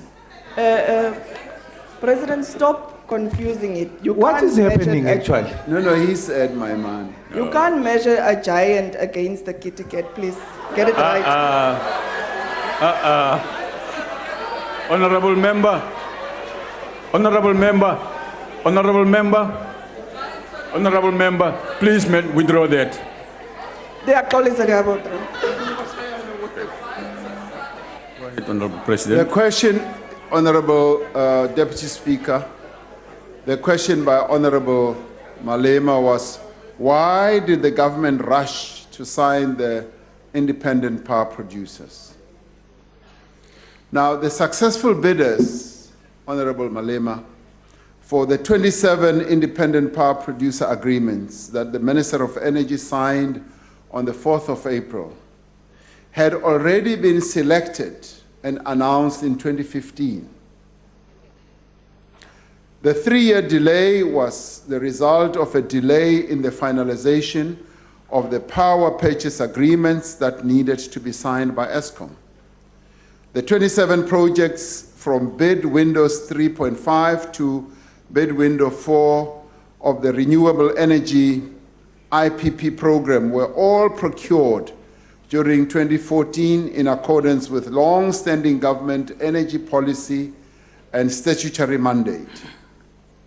The commissioning dates of these projects correspond with demand and supply projections of the Integrated Resource Plan. In line with the IRP projections, the majority of the 27 projects will only start generating power and be paid for their output from late 2020. The 27 projects do not negatively affect Eskom's current capacity, but will supplement and support stable power supply. And as when Eskom commences with the decommissioning of its age fleet as projected in the IRP. As a country, we need to build new, reliable power plants to grow our economy. The energy planning process for securing new generating capacity is not only directed at immediate short-term issues, but rather towards medium to long-term objectives. Increasing renewable capacity is a cost-effective means of reducing carbon emissions in our country. International research forecasts that new photovoltaic prices will fall around 20 cents per kilowatt hour by 2030, compared to the average Eskom's prices that will rise to over 100 cents per kilowatt hour as a result of, among other things, the full capital and generation cost of Medupi and Kusile. The benefits of the renewable energy IPP program will continue to grow. By March 2018, a total of 64 projects were in operation and under construction, representing a total investment of 142 billion rand. Renewable IPPs have created over 35,000 jobs for youth, for women, and citizens from local communities, and has invested around 766 million rand on education, health, and social welfare and enterprise development projects in various communities. Now, South Africa's groundbreaking renewable energy program is firmly rooted in the National Development Plan and is guided by the Integrated Resource Plan and has been part of ANC policy for over a decade. So this is not new, and it has certainly not been rushed. This was already agreed to, Honorable Malema, in 2015, and as I said, the delay in having this signed off was really a delay in finalizing the agreements. So you may have thought that this was rushed for this and that other reason. That is certainly not the case. It happened as it was supposed to happen and emanating from 2015. It's possible that you may not have been aware that this started in 2015, but it certainly is the case. Asinto ya maobani. Nto itomile ka 2015, harenze re tswella pele. Thank you very much, Honorable Deputy Speaker. Thank you. Honorable Malim. Thank you, Deputy Speaker and President. President, we are told that ESCOM currently produces energy much more cheaper than the IPPs. And when you plug in the new power stations like Kusile, will then have more access in South Africa. Are you not going to destroy ESCOM and lead to a situation where a lot of our people lose jobs, especially when you plug this IPPC into the national grid? So, or do we have other things which we may not know? Perhaps this is one of the cash haste that seeks to benefit your business associates and your relatives, particularly your brother-in-law, Patrice Motsepe, who is now coming to play into the space of independent power producers. So please answer honorably and truthfully.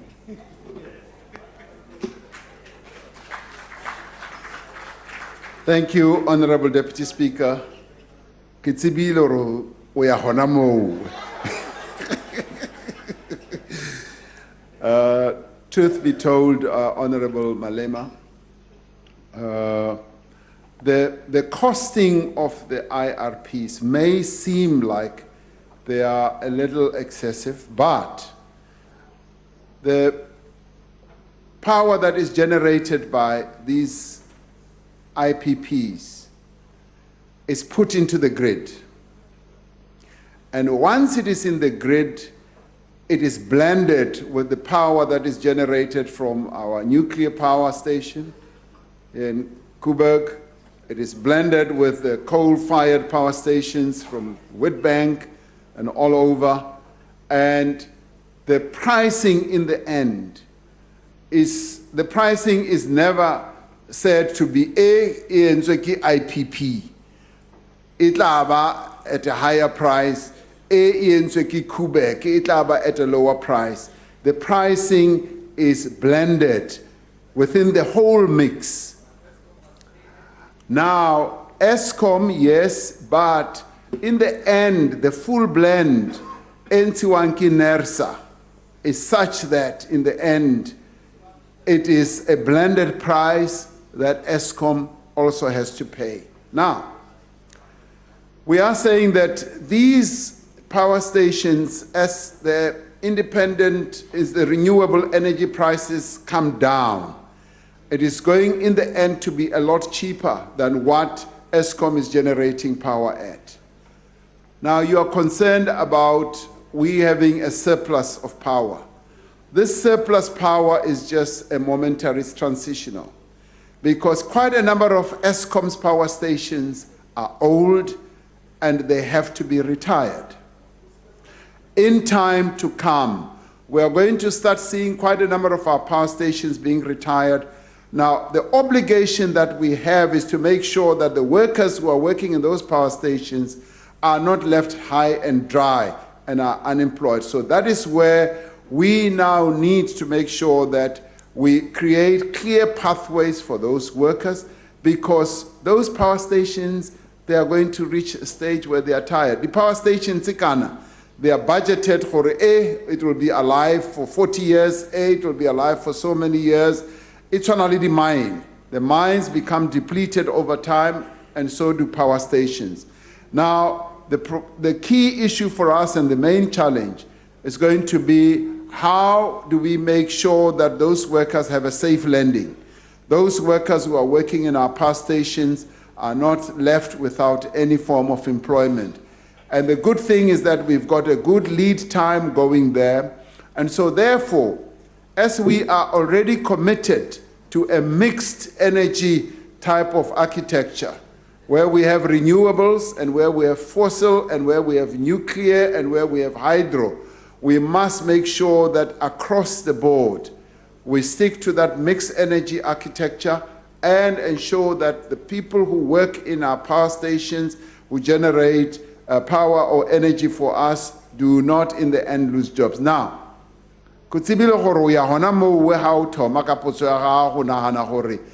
these IPPs were done to advance certain interests. Now, I have nothing to do with any person who is currently in business doing either IPPs or whatever.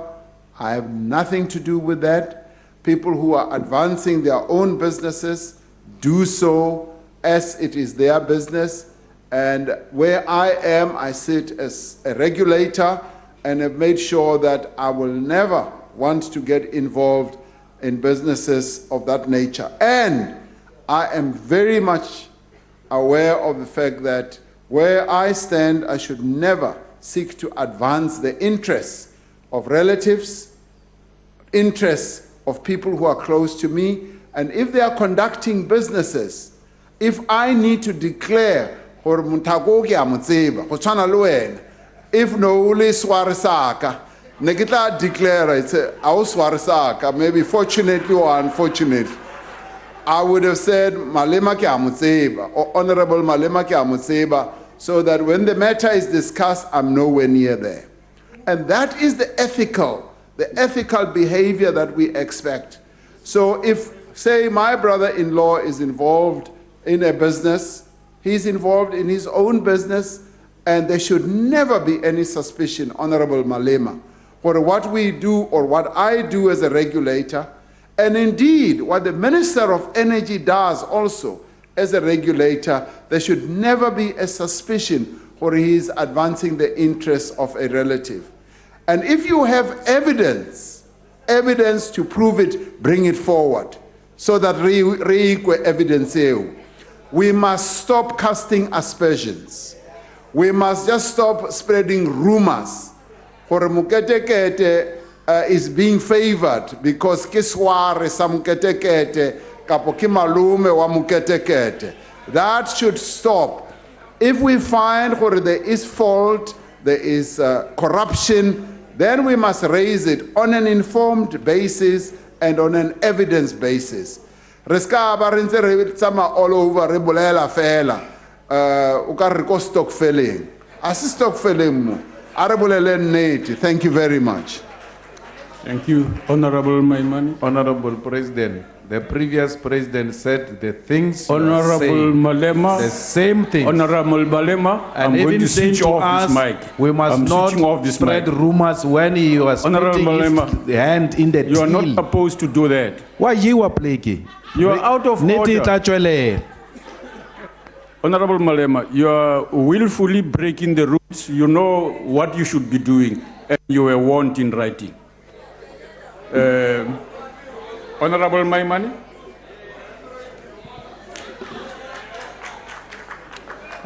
Mo President, batho ba rona ko malapeng ba ntha ba re motlakase wa tura wa ba imela.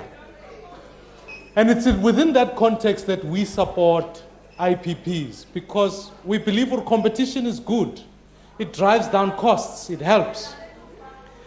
Now, for Lolo, DA-led governments have requested, can we not allow the municipalities to have the right to procure energy directly from IPPs?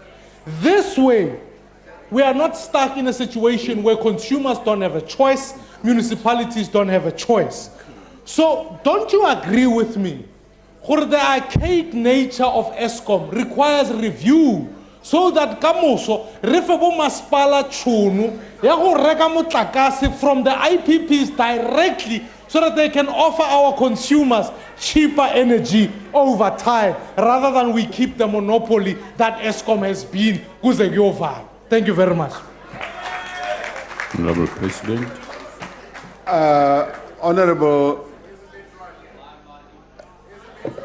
Honorable Leader of the Opposition, I think one needs a very keen understanding of the architecture of our energy process. The IPPs produce energy and put it into the national grid. By Kenya mo ditapong tse kaofela tsona tsa ESCOM. We have one grid in the country. Now, a gona tsela ya gore ba motho a ka ilo reka motlakase mo IPP directly. Ka hobane e kena mo national grid. And this is what I was saying, gore, it is blended in the national grid. There are, however, some who are self-generating electricity in localized areas. For instance, some factories are generating their own electricity, either using bagasse, either using other types of renewable energy products. That is possible. But for a municipality, the electricity has to be put in the national grid and then in the end be channeled through into the municipality. If you are saying, however, or we need to look at ESCOM in the way where the ESCOM business can be looked at in a different way, where there's generation, where there's transmission, and where there's distribution. That is a different matter. Now, that is a matter that obviously can be looked at. It has been looked at before, and it is a matter that we will continue to look at to try and debate and find solutions around. So on that, I invite you to come with your pearls of wisdom, if any, so that you put them on the table. Thank you very much.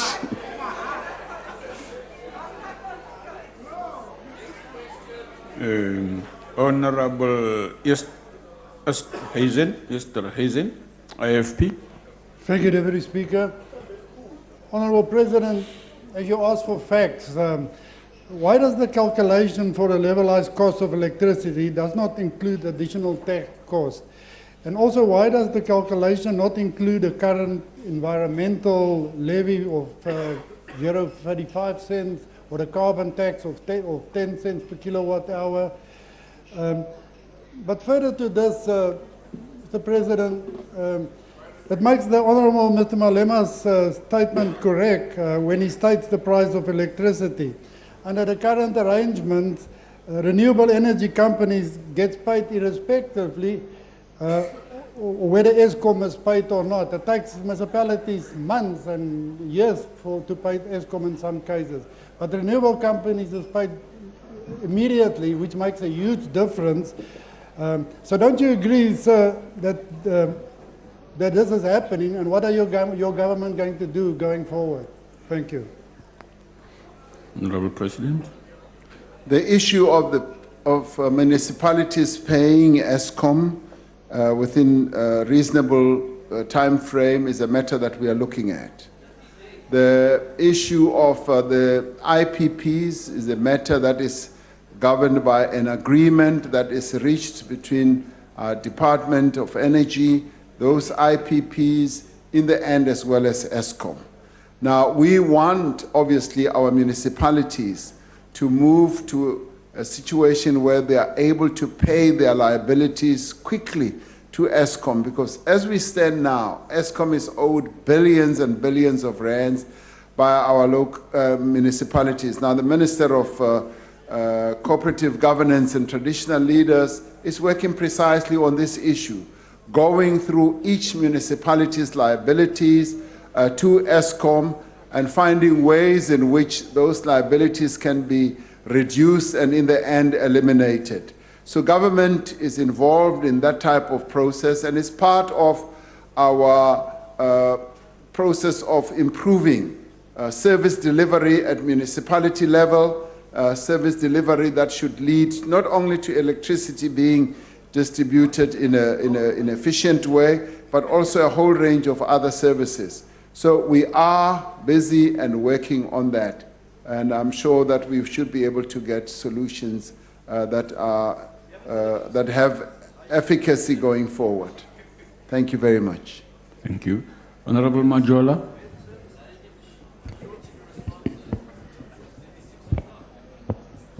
Thanks very much, Honorable Deputy Speaker. Deputy President, I agree with you. Firstly, that we should not counterpose the different sources of the different energy sources because they are part of our energy mix. Secondly, that we should focus on the substantive issues. And the substantive issues since the introduction of the IPPs has been price and jobs. We have clarified the issue of the price. I want you to clarify better whether there's a relationship between the introduction of IPPs and the lifespan of the coal mines, and whether government will indeed consider that state-owned companies should get involved in the renewable energy sector. Thank you very much, Deputy Speaker. Honorable President. Yes, I mean, we would obviously like state-owned enterprises to diversify, yes, their business operations. And there are some that have an appetite to get involved in renewable energy type of projects, and we would obviously encourage that. Right now, I mean, I would say that, you know, and we shouldn't look at it in a negative way and say that there are definitely going to be all those job losses, because we are going to try and find ways in which to mitigate whatever job loss there may well be as the power stations age. And we already have a few power stations that have already started running out of their capability of delivering the energy that we need. But when it does happen, we will want to make sure that we are able to shore up those workers who may well lose their job opportunities. But the energy mix that we have is meant to be seen also as a boon, where we can actually create more jobs going forward. And as we roll out the various other sources of this broad energy mix, we should see it as a job creator going forward. And there are quite a number of aspects of this energy mix that I believe can contribute very positively to job creation and to economic growth. Thank you very much, Honorable Deputy Speaker. Mr. President, that concludes the business of the day, and we thank you, Deputy President. I had a cigar for Mr. Steenhuisen, and I'm happy to distribute it to him, as I did promise that I'll give him a cigar, particularly today for the good behavior that I think he demonstrated.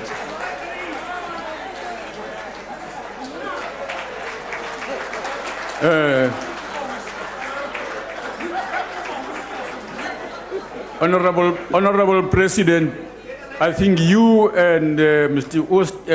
Steenhuisen is going to be called to the Speaker's office to explain tobacco exchange in the House. Thank you very much, honorable members.